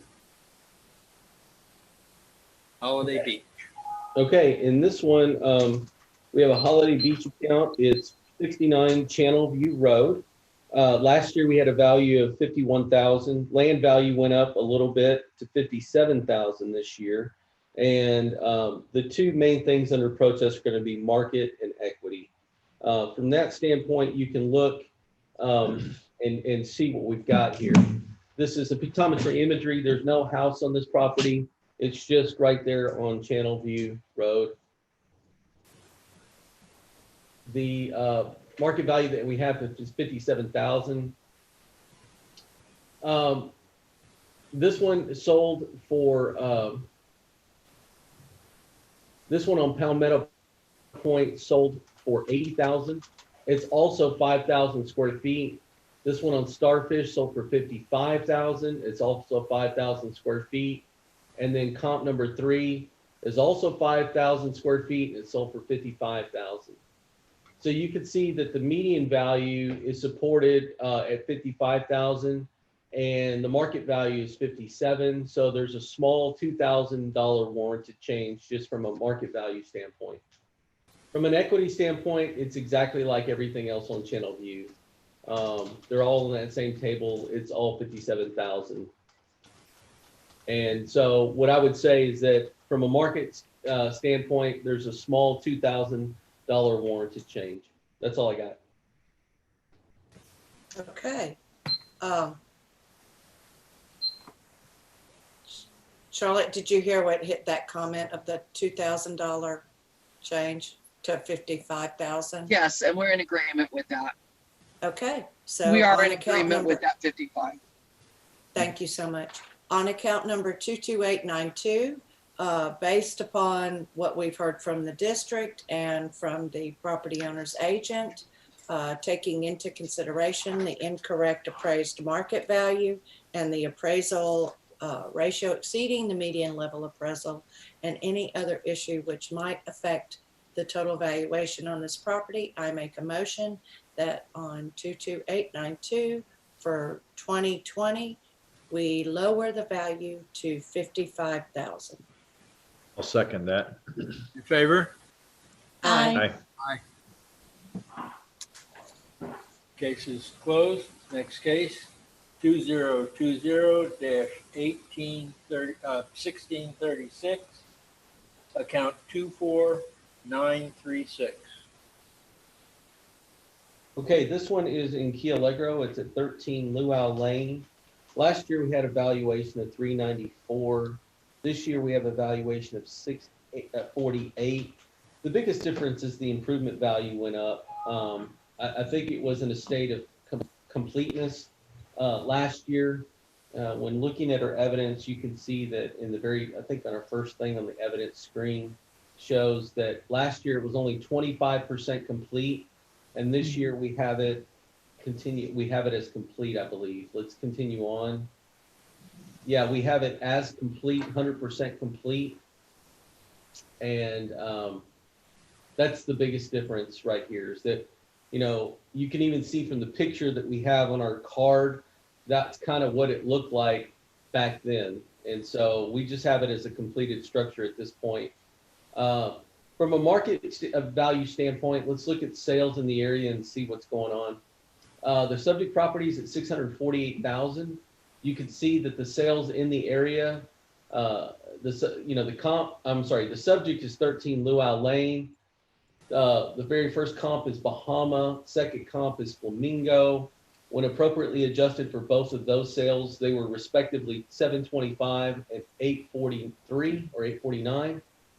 And when you look at the appropriate adjustments, they're both kicking out a value of 733 and 734 respectively. On comp number 3 and 4, you can see that that's on Mazatlan and on Bimini, and those are purporting values at 785 and 769 respectively. Again, the last, I think that's it. Keep going one more. Yeah, that was it for the sales. Go back. And so you can see that the value is 752,053, and that well supports the valuation that we have on the subject property. A really good comp is going to be comp number 3. You can see that they're exact same class. They're within 1 effective year of one another. The subject's a little bit bigger, but it's appropriately adjusted, and that's purporting a value associated with the subject of 785 when compared. That one sold for 677, by the way, and that was a January of 2020 sale. So it's a really good comp from a sales comparison standpoint. The sales are super solid there. Moving on to equity. From an equity standpoint, it's also supported. You can see that we're pulling other class 6 FBs or trying to stay in that classification range. In all other things, if there's something that needs to be adjusted, it's in the grid specifically. And you can see that the median equity value for all the comps is 665. So comp number 1 purports a value of 643, comp number 2, 674, comp number 3, 683, and comp number 4 is 655. Again, I want to bring to your attention that all of these properties are all in that 6 FB or Hardy Plank class 6 houses, and they also support the value of 665, which supports the value that we currently have on the subject property. I think that this property, in summary, I would say that this property is both appropriately appraised from a market value standpoint and equitably appraised from an equity standpoint. That's all I got. Okay, Charlotte, you got 7 minutes. Okay, on ARB call 1636, PID 24936. We have submitted equity through PDC. It is indicating a value of 618,170. There are 3 equities that we use, so the same class of property. It did not make an adjustment for effective age, but these all are newer properties. They're not 30 or 40 years old like some of the other ones. So these are newer ones. And it does indicate a median value of 618,170. Again, they're the same class. It is adjusting for the difference in square footage. So our recommendation is a 618,170. And that's all that I have. Okay. Mike, you've got 2 and 2, so total of 4. Yeah, all I would say there is that, our grid is 6 FBs across the board. They're appropriately adjusted for effective ages. And furthermore, I'd like to point out that in the property owner's agent's grid, one of these properties is in Shell Ridge Road. And if you look at comp number 2 or comp number B and C, those are in Key Allegro. And if you'll notice that those values are considerably higher than comp A. And comp A is like the low marker of this grid. Not only do I have all 6 FB, but I have more properties and they're all within Key Allegro. Mine's just a more solid grid. from the standpoint of effective age. It's a more solid grid from the standpoint that they're all from Key Allegro and they're all 6 FBs. They're all appropriately adjusted. I just would like to say that I'd like to answer any questions from the property owner's agent or A or B with the remainder of my time. Mike, it looks like on comp equity, 6 Pelican Drive, comp number 1 is probably the best comp because it's also a 2018 year, effective year, actual year. Sorry. Comp equity Yeah. grid, comp number 1 is a 2018 year built, 2018 effective year, and so is comp 1. Right. Yeah, they're the exact same land value. They're within 1 year of effective age, so there's not even an effective, well, no, they're exact same effective age. They're exactly the same. Yeah, the only difference that you have is the square footage. Yeah, So, and there's some swimming pools and other things, but it is the best comp. yeah. But in considering a sample of properties, you have comp number 1 through comp number 5, the median equity value is supported at 665. Yeah, But it's a really good comp, if that's your question. It's a really good comp. yeah.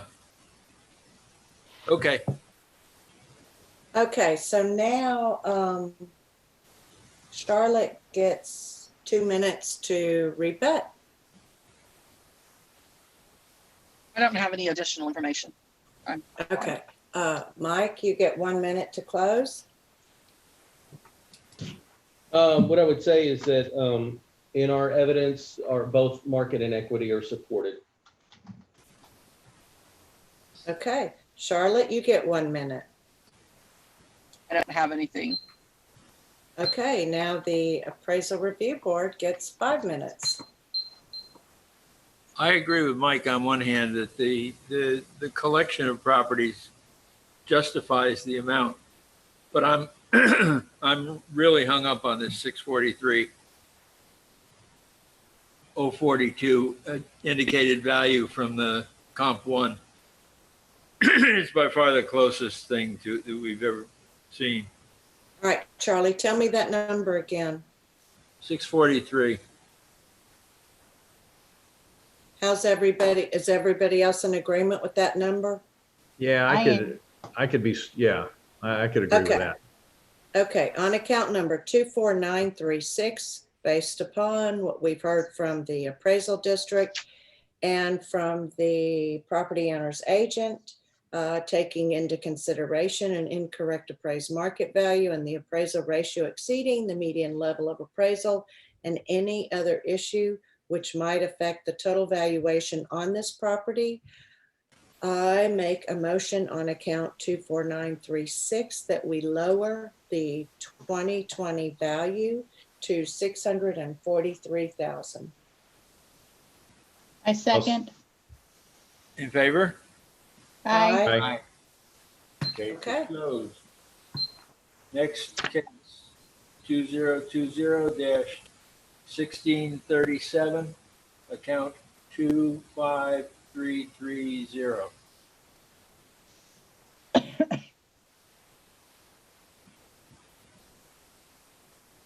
Okay. This next one is, let's see, it's a Key Allegro condo. And we currently have a valuation of 288. The difference that we had from last year to this year is obviously it was a percent completeness thing. And so we have a larger valuation on the subject property right now, Key Allegro, for account case number 1637. Now this one is at unit number 501. It was 55% complete last year. It's complete this year now.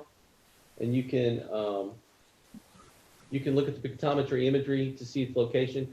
This vantage point is looking to the top of the screen is actually pointed west. So the right of the screen is north. We looked at another case where's the building 400, which the building 400 is the building to the left. This one faces right down the canal. This is building 500. Moving on to our sales grid and our equity grids. So in our sales grid, oh, I'm sorry, let's back up one time. This is the card showing you that it's 100% complete. We have 288,050. Okay. So in the sales grid, what do we have? Well, we actually have a sale of a property that's the exact same living square footage, the exact same effective age, and it's in the exact same building. So that one is comp number one. It's by far your best comp. It's sold for $310,000, and when you're looking at the elements, it supports a value of $300,000. We currently have the subject at 288. When you're looking at comp number two, 274 supports a value of 284, and then comp number three is that one's a little bit better location than the subject. It's sold for 343. But if you're looking for the best comp just from a sales comparison standpoint, comp number one is in the same building, it's the exact same square footage, and it's sold for $310,000. From an equity standpoint, let's just move on to the equity grid. These are assessed identically with, you can see that these are all in the building neighborhood, building 500. They're all the comp number one and comp number two are the exact same square footage, and they're the exact same value at 288,050. Comp number three. Comp number three is also in building 500. It's also the exact same square footage, and it's also the exact same value at 288,050. So from that standpoint, the market value and the equity are supported for the subject property in question. That it, Mike? That's it. Question. On comp number one, comp sales grid, the sales price was 310. There were no adjustments, but the indicated value is 300. How does that happen? Yeah, I don't know. I was looking at that too, Charlie. I don't know why there was an adjustment. That one should be at 310. Yeah, you think? Unless there was something behind the scenes where there was some furniture, maybe. That's all I could see. It's not on the grid. Yeah. I don't have an answer for you unless I went into it. It should be 10. Yeah, I thought so. Okay, thank you. You got it, Cindy. Okay, so Charlotte, now you get 2 minutes and 5 minutes, so a total of 7. Okay, on cause 1637 for PID 25330. On this one, the property owner purchased this property in 2018 for $128,600. That included the funds to do the repairs on that as part of the insurance. They did spend about $12,000 more on upgrades that they wanted to have done to that. And so it's just a large increase from, and I know it was incomplete last year to current, but the 128.6 did include to have those repairs made on this property. And that's our biggest thing, is that such a huge jump from 128.6, including the monies to repair it, to jumping up to, almost 300,000. And that's all that we have. Mike, can I just ask a question here? Mm-hmm. What was the percentage complete last year on this unit? It looks like it was 55. Okay, Is so that the same as the one next to it? I can look for you. that would be I would great. like to know that. You mean what it was last year or what it is this year? Both? Both, yes, please. Sure. 25331. Okay, we're just gonna put it up on the screen, or do you know how to do that?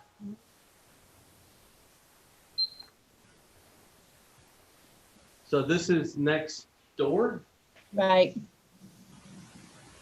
it's got the,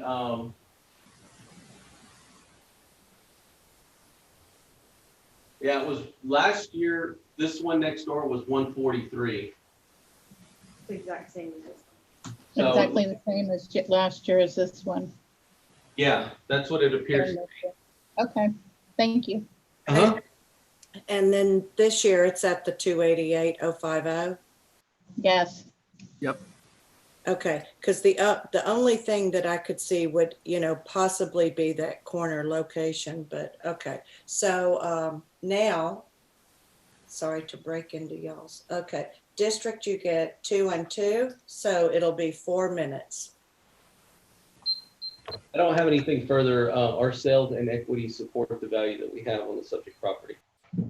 Okay. So Charlotte, you've got 2 minutes. I don't have anything further. Okay. So district, you get 1 minute closing. No, nothing further. Charlotte? Nothing further. Okay, so we get 5 minutes. So I still have a question of, okay, so the property next to it, well, we're at 288, so that's fine. I looked at the sales or equity in it. It was that different number. So, but they're both at 288, right? Uh-huh.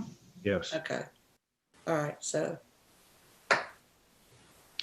So it seems like from the district is shown with evidence that both the sales and equity grids, that the value is supported.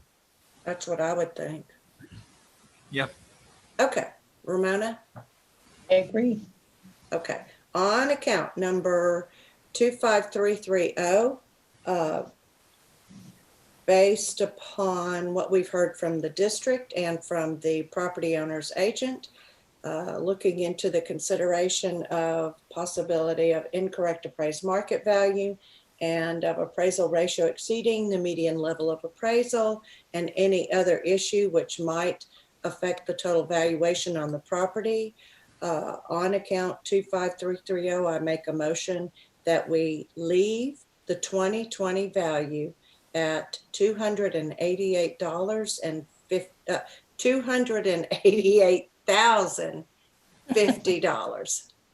I'll second that. All in favor? Aye. Aye. Case is closed. Opening case number 2020-1638. Account 13466, Bay House Condominium. Yeah, Bay House condominiums, it's 2106 Bay House. We obviously have a difference between last year and this year. It has to do, again, with also percent completeness. For case 1638, you can see that the evidence that we have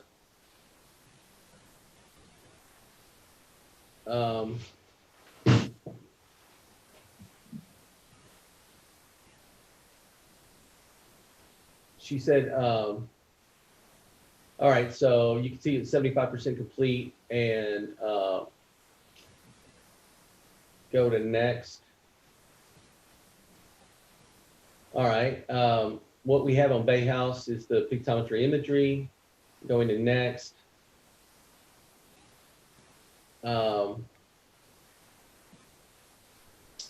We have a value of $212,780. We have it as complete now. Last year it was only 75% complete. Moving on to the sales and equity. 226 is the median equity value that's reported. The sales in the area are 222, 259, 255, and 172, it appears. And so the median value that's reported is 226,000. That supports the valuation that we have on the property at 212,780. From an equity standpoint, you can see that we have other properties that are exact same square footage, reporting the exact same value at 212,780. That's all I got. Okay, Charlotte, you've got 7. Okay, on cost 1638 PID 13466, I've attached the PDC reports for market and equity. On page 2, the equity grid is printed first, listing the properties on Bay House indicates a median equity of 211,962. The homes were built, condos were built, they were all built in 1980, class the same and everything. And then there's like 7 of them. And so our equity represents the 211,962 is what our equity is showing. And like I said, they were all in that same area. There is a little bit of difference in square footage, but not a lot, and they have adjusted for that. And so we feel that value, 211,962, represents the value should be on that property. That's all I have. Okay. District, you have. I don't have anything further.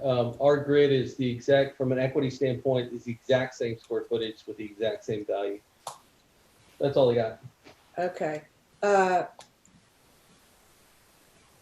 Charlotte, do you have anything? No, that's it. Okay, so Mike, it's 1 minute closing. I don't have anything further. Charlotte, you're done, or? I'm done. You're done. Okay, so, so I'm saying leave it at the 212,780. Or, or we could. I would agree. Yeah, I would agree. I mean, there may be, although the property owner's agent has shown a slightly smaller number, she's also said that she didn't correct for square footage, that it was similar. So I would tend to leave the 212,780. Yeah, I'm a believer in the number, because if you take that 75% off, it actually comes up to a higher number than the district's presented. So. Okay. Got it. Okay. Ramona, you're good? Yes.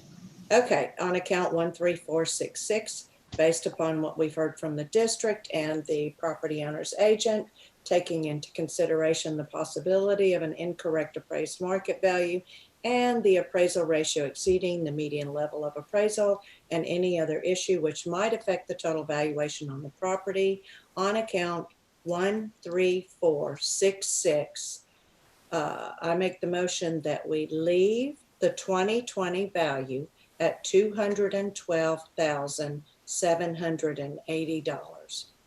I'll second that. In favor? Aye. Aye. Aye. Case is closed. Moving on to, let me make sure I got it right.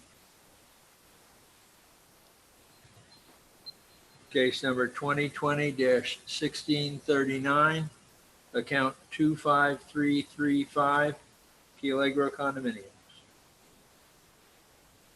Okay, for the Key Allegro condominium, we're at 506 Lauderdale. We obviously went up for percent completeness.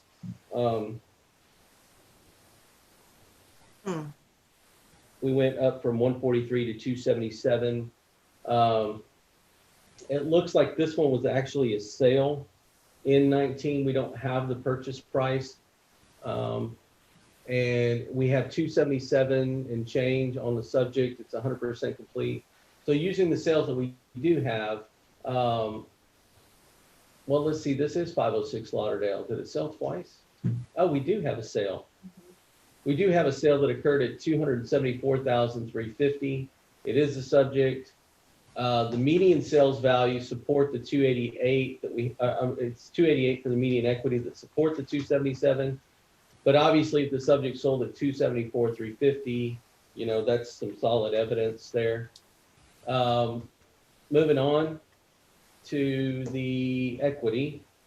From an equity standpoint, it's just like the others from a square footage standpoint. We're at 277 and change.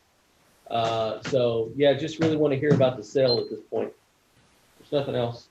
Okay, Charlotte, you've got 7 minutes. Okay, on call 1639 PID 25335. This property was purchased in October of 2019 for $170,000, and that buyer's statement was attached. The condo of the 100 condos in that complex, only 25 are currently habitable. The common areas haven't been completed, which would cause a negative impact on those sales. But it was an October 2019 purchase for $170, and that's all that I have. Hey, Mike, Uh-huh. 'cause, those are two different, what's Two numbers. the dates? I mean, October 19th and April of 2020. Right. All I can say is that, well, I can show you, I mean, this is not evidence presented, but if you direct me, I can show you the deed. And I can show you the deed date that it was filed. Go I'd ahead. like to see. I- Sure, we'd I like to mean- see that. Okay. Go into property and go into,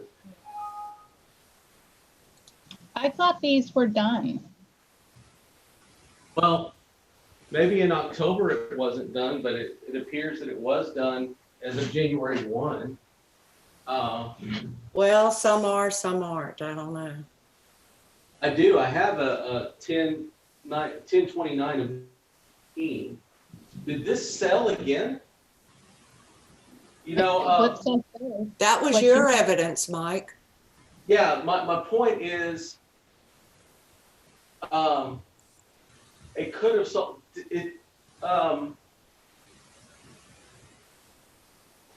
Let's see what the deed says.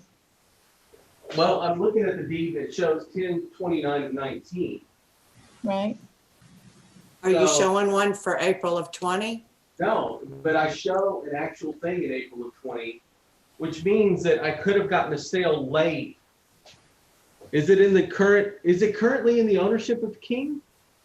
Because you need to know that once we certify the role, when we do an ARB submission, we stop everything. Like we don't do deed transfers or anything like that. So if it's sold after the subject, if the subject sold after that time, then we would use that information, may not transfer. But she said October of Okay, 19. well, I let understand. me- Can I just say something? Yes. If you look at the sales comp grid for y'all, Mike, number 1 is 508 Lauderdale. And the sale was 4/28/2020. And the subject is 506 Lauderdale.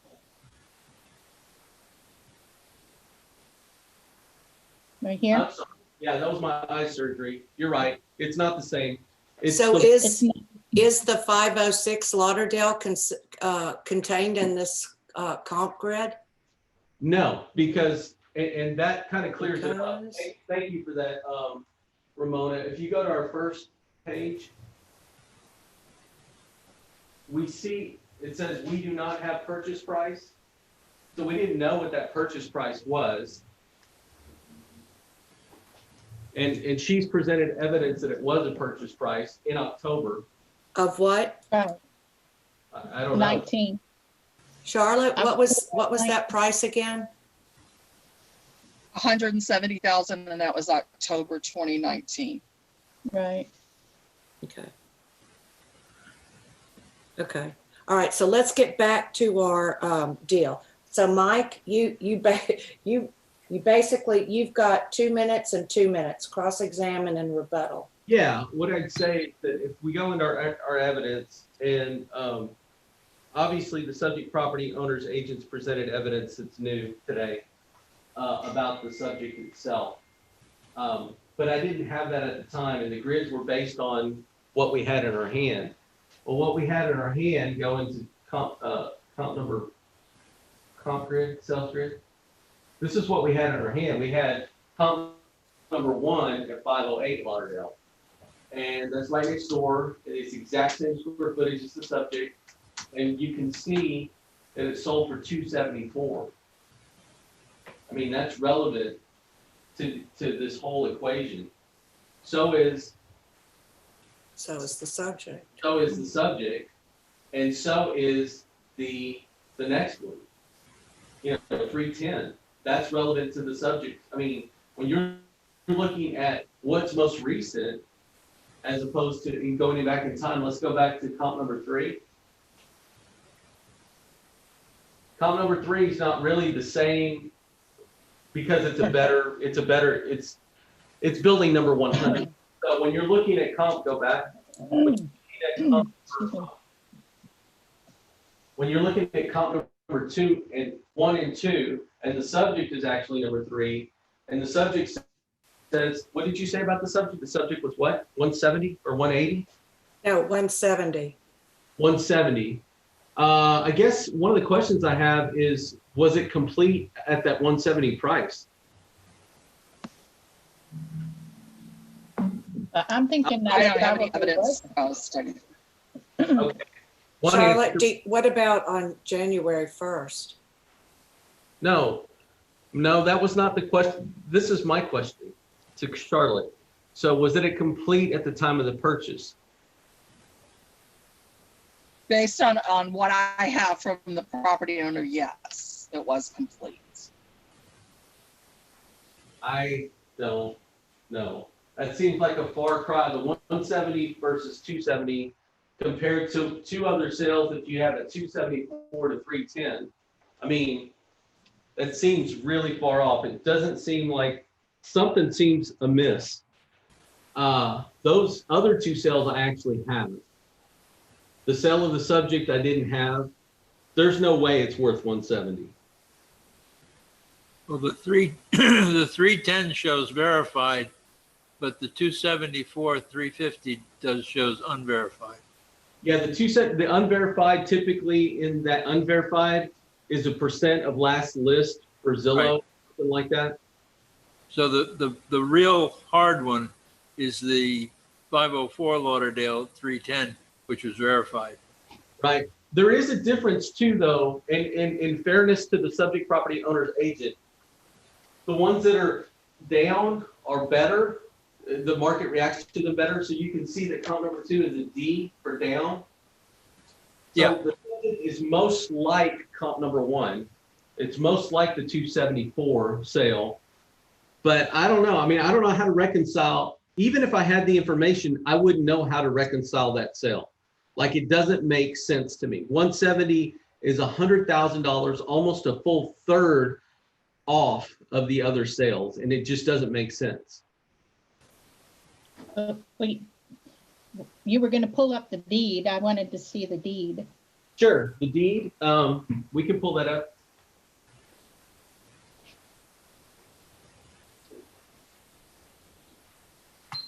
Just go into images right here.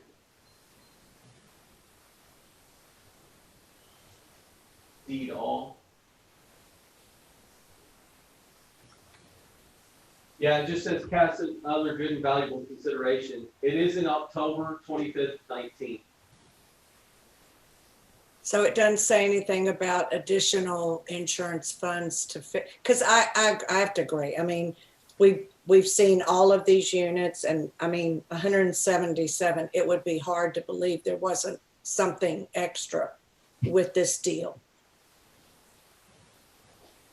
We can go to see if there's a deed of trust in there. Go to close that and see if there's a deed of trust. Pull that down. Yeah, just a little bit. No, there's no deed of trust. Yeah. Okay. Okie dokie. All right. So you're getting ready to. All right. So now, Charlotte, you get 2 minutes for rebuttal. Yeah, all I have is that, I mean, that is what it was purchased for. There is no indication that there was anything additional on that property or that they've done anything since then. It was a 2019 sale. That's all that I have is what I've given you. Okay, so even so are you saying that you don't know if it was complete or not when the sale went on? Based on my notes, I don't have anything saying that there was any repairs needed or Got it. anything at the time or Okay. currently, that was just 170 and that's it. Okay. Okay, so now Mike, you get 1 minute to close. Mike. Yeah. Yes, Mike. Come back, Mike. go ahead. It's your closing. It's your closing. Closing, what I would say is that, you know, that the first two sales where I know I have some information at 274 and 310 respectively is much more in line with the market there. Even if I had the information of the 170, that would not, I would not know how to reconcile that. I would attribute that to, without any other information, I would attribute that to an incomplete state or that all parties knew that they had to finish that property up before January 1, 2020. That's all I got. Okay, Charlotte, you got 1 minute. I don't have anything else. Okay, we have 5 minutes. And me personally, I'm at 274, 350, but I'm so sorry I sent you off on a 2-hour.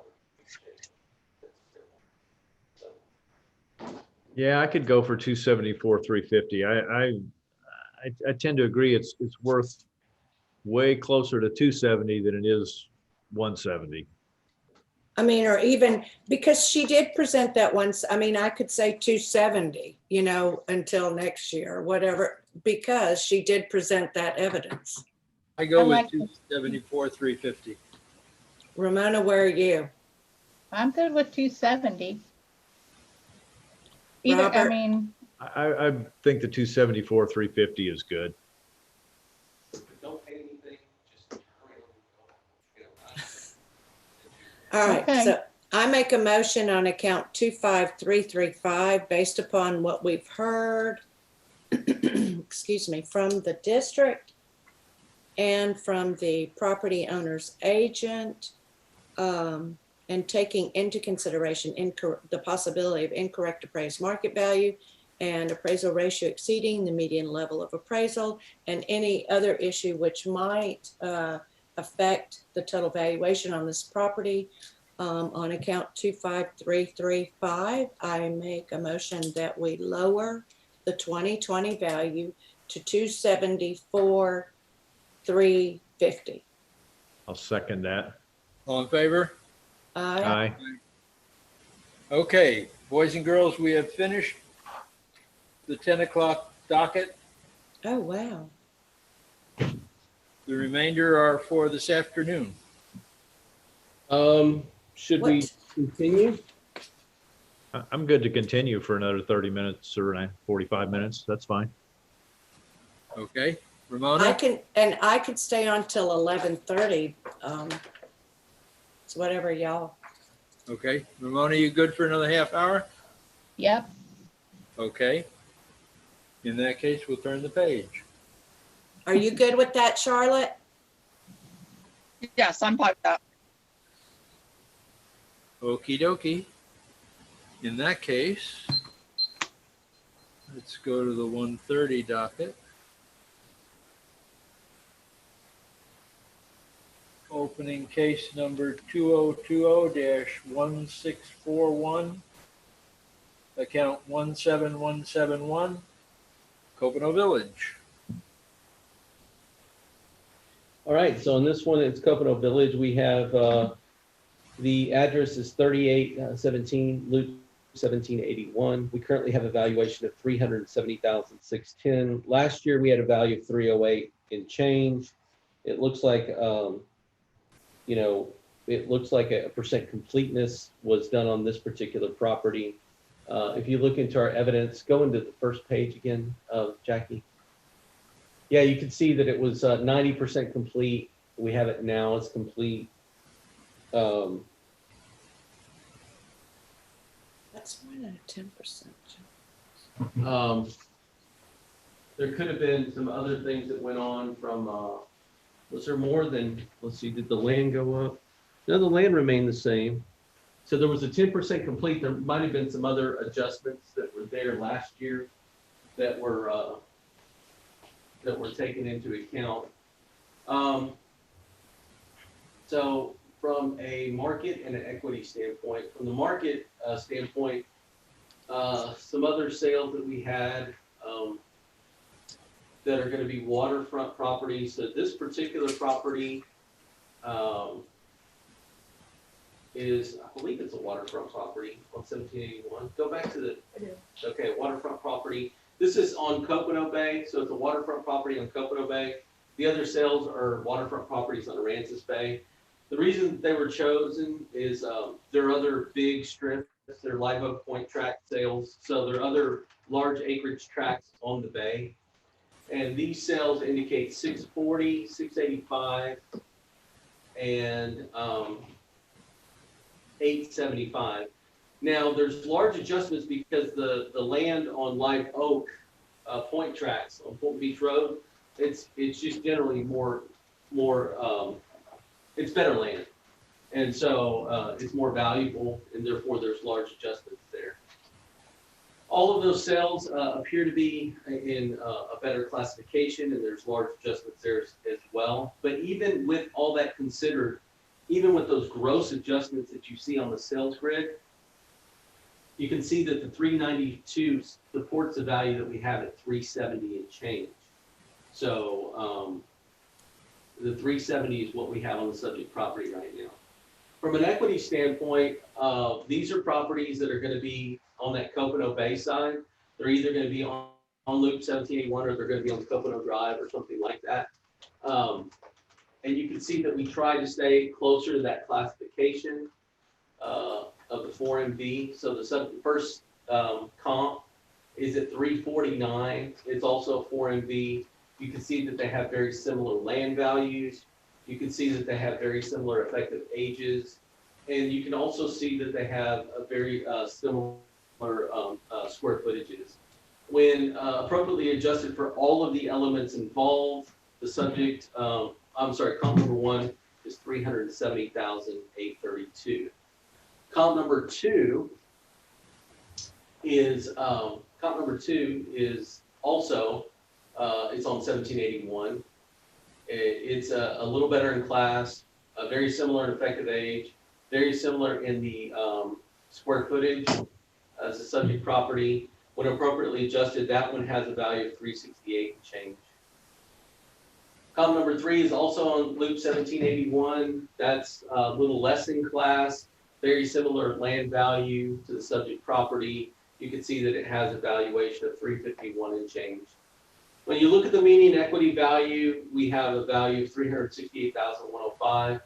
You can see that from this standpoint, there's a minor equity value reduction from 370 and change down to 368 and change. That's all I got. Okay, so Charlotte, you've got 7 minutes. Okay, on call 1641, PID 17171. We've attached our equity through PDC, which indicates a value of 317,001. On the third page, where it actually lists the properties, the subject being the first one, Comp B actually was built in the same year as our subject property, a little bit larger in size. That one indicating a value of 316, 377. The other are newer properties that were not adjusted. The last one in 81, which would be the closer, coming in at 343. But again, that one that's similar in age or same year in age is indicating 316. Their overall is coming at 317,001. And on the very back page is the map of where those comps are pulled from. And that's all I have. Okay, so Mike, you get 2 and 2, so I'm giving you 4 minutes. Sure. Go back to my evidence here. Look at this. just go to the, yeah, the biggest difference is that there's been an effective age change. Again, we've run into this a couple of other times, where, you know, it's an original built of 1972, but it's an effective year of, you know, 1997. So it's not that the property owner now did anything, but at some point in the past, there was, you know, a remodeling event that went on. That has to be considered in all of these cases. Having said that, you know, the property owner's agent has brought in some good evidence that they're saying that it's 317. The biggest difference for those are is the effective age for that.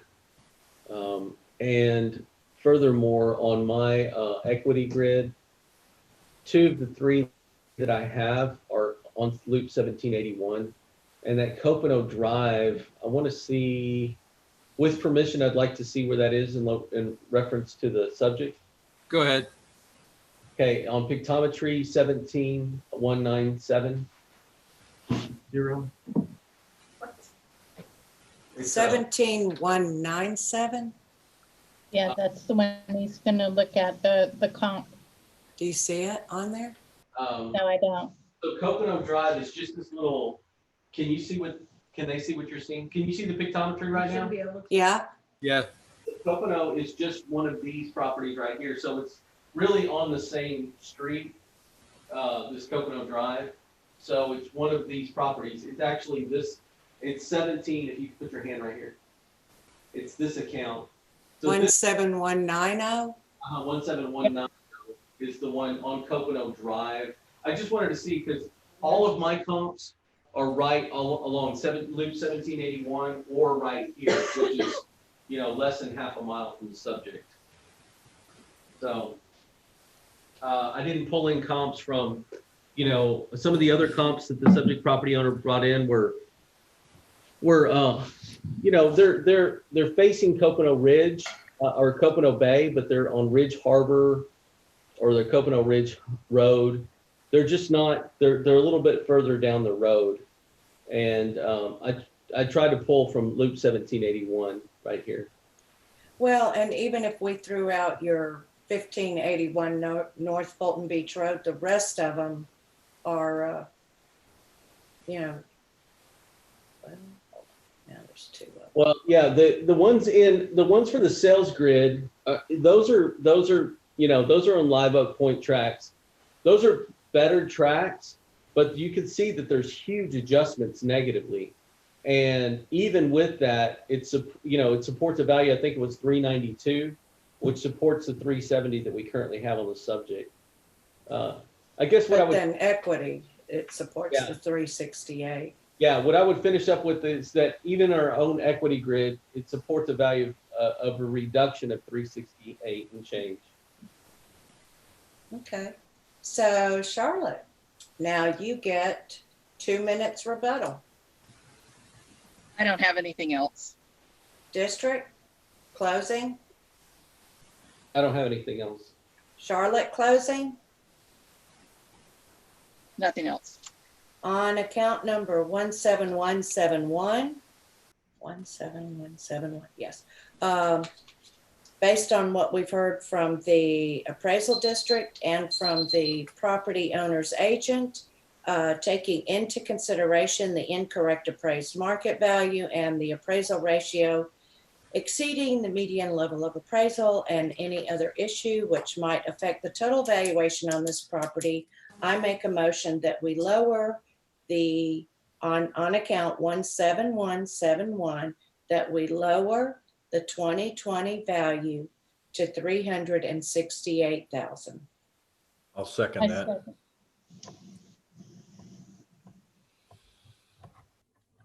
I'm sorry. All in favor?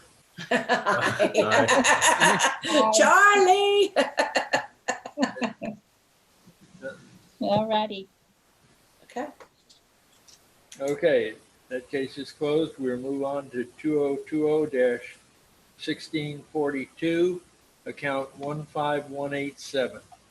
Okay. Mike, you've got 5 minutes. Okay. All All right, so this one is,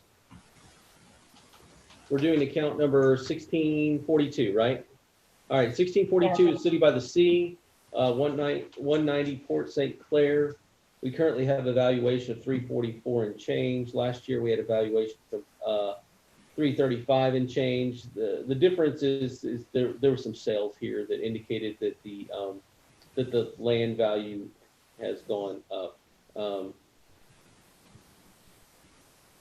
So sometimes when you see sales in an area, there's either an improvement neighborhood value change or there's a land value change.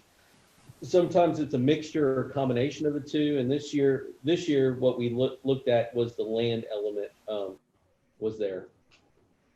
And so what we have as far as sales that support the valuation, you see that the subject property is 1506. That's too small. Bigger, please. It's 1506 square feet. It's a 5SS. You can see from comp number one. Comp number one is 374,000 was the sale.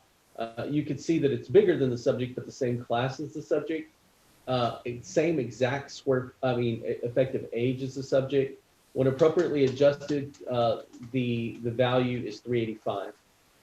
130 Palm Drive is there as well.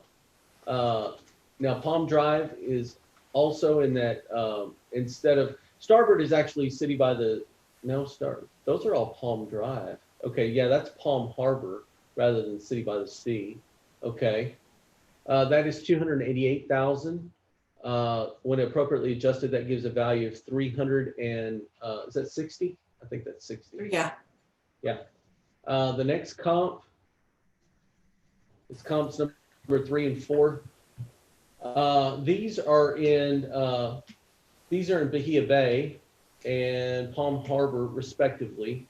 Sold for 268 and 265. When appropriately adjusted, you can see that the value is 375 and 386, respectively. The biggest thing that you see is the land market value change here. These last two are going to be. It appears that there's a large adjustment because they're dry houses. But if you look at the first two, those are most congruent with the subject property, meaning that they're waterfront homes in and about that area. They support the value of 380. We currently have 350 on the subject. If you move on to equity, from an equity standpoint, these are not necessarily sales. They're just other things on that street. You can see Port St. Clair's at 324 and 330 respectively. When appropriately adjusted, that renders a value of 341 and 350 respectively for comps number 1 and 2. And comp number 3 is on Port Royal. That's also the City by the Sea. That one is currently assessed at 343,560. And when you appropriately adjust, that's 344. That's purporting a value of 344 and change. Again, warranting a small negative change of about $6,000, somewhere in that range, for an equity standpoint. That's all we got. Okay, Charlotte, you've got 7 minutes. Okay, on call 1642, PID 15187. As in the previous, we've attached our equity that we feel is equitable, and it's indicating a value of 293,105. And that's all that we have. Okay. Mike, you've got 4 minutes. Value should be reduced to 344 and change based on equity. That's all I got. Okay. Charlotte, you've got 2 minutes. I don't have anything further. Mike, you have 1 minute to close. Value should be reduced to 344,020 for equity. Okay. Charlotte? I don't have anything. Okay. Did somebody say something? The Would you current like value, the current value shown on this property is 344,029. Yeah. Not Mike? Mike, Oh, So I think it's good where it is. yeah, this must have been, okay, so I'm sorry, I didn't notice that before. There are times when our evidence supports a lowering of value, and sometimes it's just left in the account. So the notice value was 357.80. Okay. Oh, all right. okay. Well, 344,020. oh, so you're saying they have adjustments due to like some, whatever. Yeah, we sent a settlement waiver, it just wasn't signed. Oh, you did send a settlement? Yeah, but it just wasn't signed, so we had to hear the case, and it's Got it. it's still the same position. Okay. Okay. All right. So on account 151, oh, wait. Charlotte? I don't have anything. Okay. On account 15187, based upon what we've heard from the appraisal district and from the property owner's agent, I make a motion.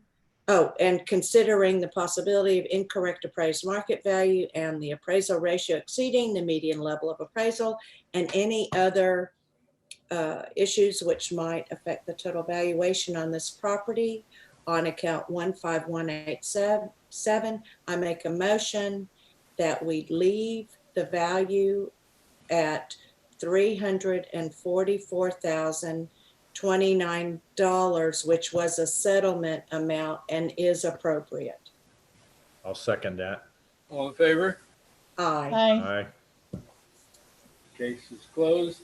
Open the next case, 220-1644, account 66-279, Sunset Right. Bay. You got 5 minutes, Mike. Okay, so this is case 1644. It looks like it's Sunset Bay. It looks like it's a vacant lot. We had some sales in that area that indicated that it went up just ever so slightly. We were at 98,200 this year. We're at 105,460. From a sales equity standpoint, from a sales standpoint, we're gonna. Sorry, That's okay. cycling. It's not letting me get out. Yeah, just for the record,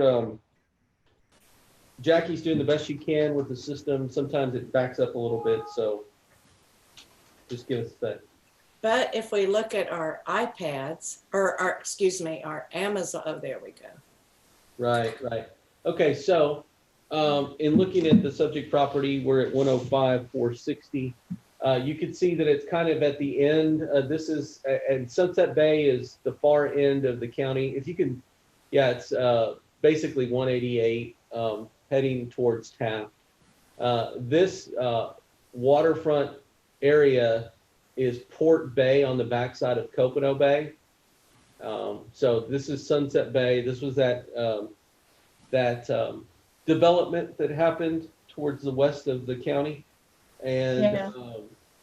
finally have some sales that are coming out, and you can see that people are starting to build houses out there from the pictometry imagery that's shown. Continue on the sales information. What we have,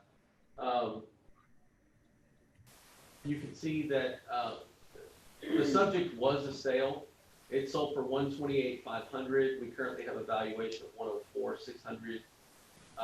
The other sale that we have that's there on that dockside area is $100,000. So we're not quite to the sale of 128, but we're not as low as the 100. We're at 105,460. And then you have another sale on dockside that sold for 100. You can see the price per square foot of each one of those sales. Again, the subject is at 241. The other sales were at 220, 294. 294 is the subject to sale, and then go to comp number 3 is at 215. From an equity standpoint, if you look,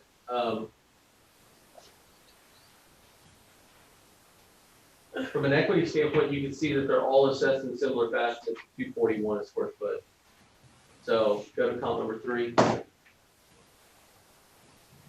They're all at 241. So from a market value standpoint, you know, I believe that it's supported, and an equity standpoint, I believe it's supported. That's our evidence.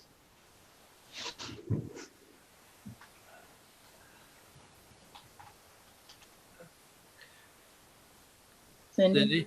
All right, based upon, oh, I'm sorry, Charlotte, you have 7 minutes. Okay, on call 1644, case 66279. I guess I have a question for the district on the ownership, because as I was preparing mine, it looks like Robin Wise purchased Yes. it in May of 2019. And so I'm not even sure that we have the authority to represent this account, because Johnny Oh. Moy was our client, was the previous owner.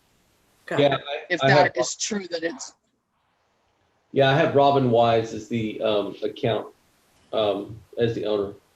All right. okay, do you have an appointment of agent for her? I don't think that we're the agent on this anymore. Let me look.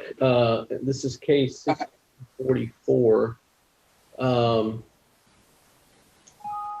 We see protest letter.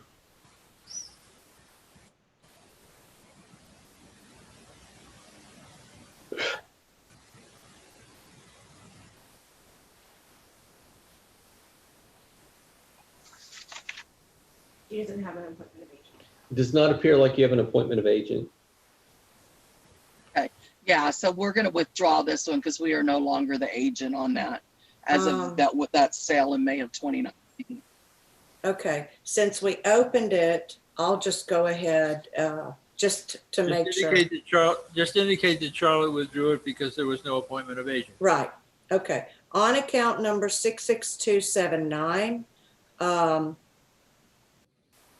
this specific account was withdrawn. We had opened it, but it was withdrawn because after we opened it, the agent realized that she did not have appointment of agent for this specific account. So we are not making any rulings or proceeding any further. Second. I'll second that. All in favor? Aye. Aye. Okay, I'm out. Y'all can keep going, but I'm out. Well, why don't we break for lunch? We're into the. Hey, we did a pretty good job knocking out some for y'all It's for this 11:30. afternoon. It's 11:30 and we're into the 1:30s. Okay, Charlie, I won't be back this afternoon. So will you or Val or somebody at least let me know what time we start in the morning, Yeah, we will please? let you know. Sure. That's not a problem. Okie dokie. Sounds good. We will is that okay with you, Charlotte, that we just recess until Oh, that's fine. 1:30. That's fine till 1:30. Okay, okay. that's Thank great. you. Thank you. Okay, thank you. Bye, everybody. See you at 1:30. Yep. All righty. Bye.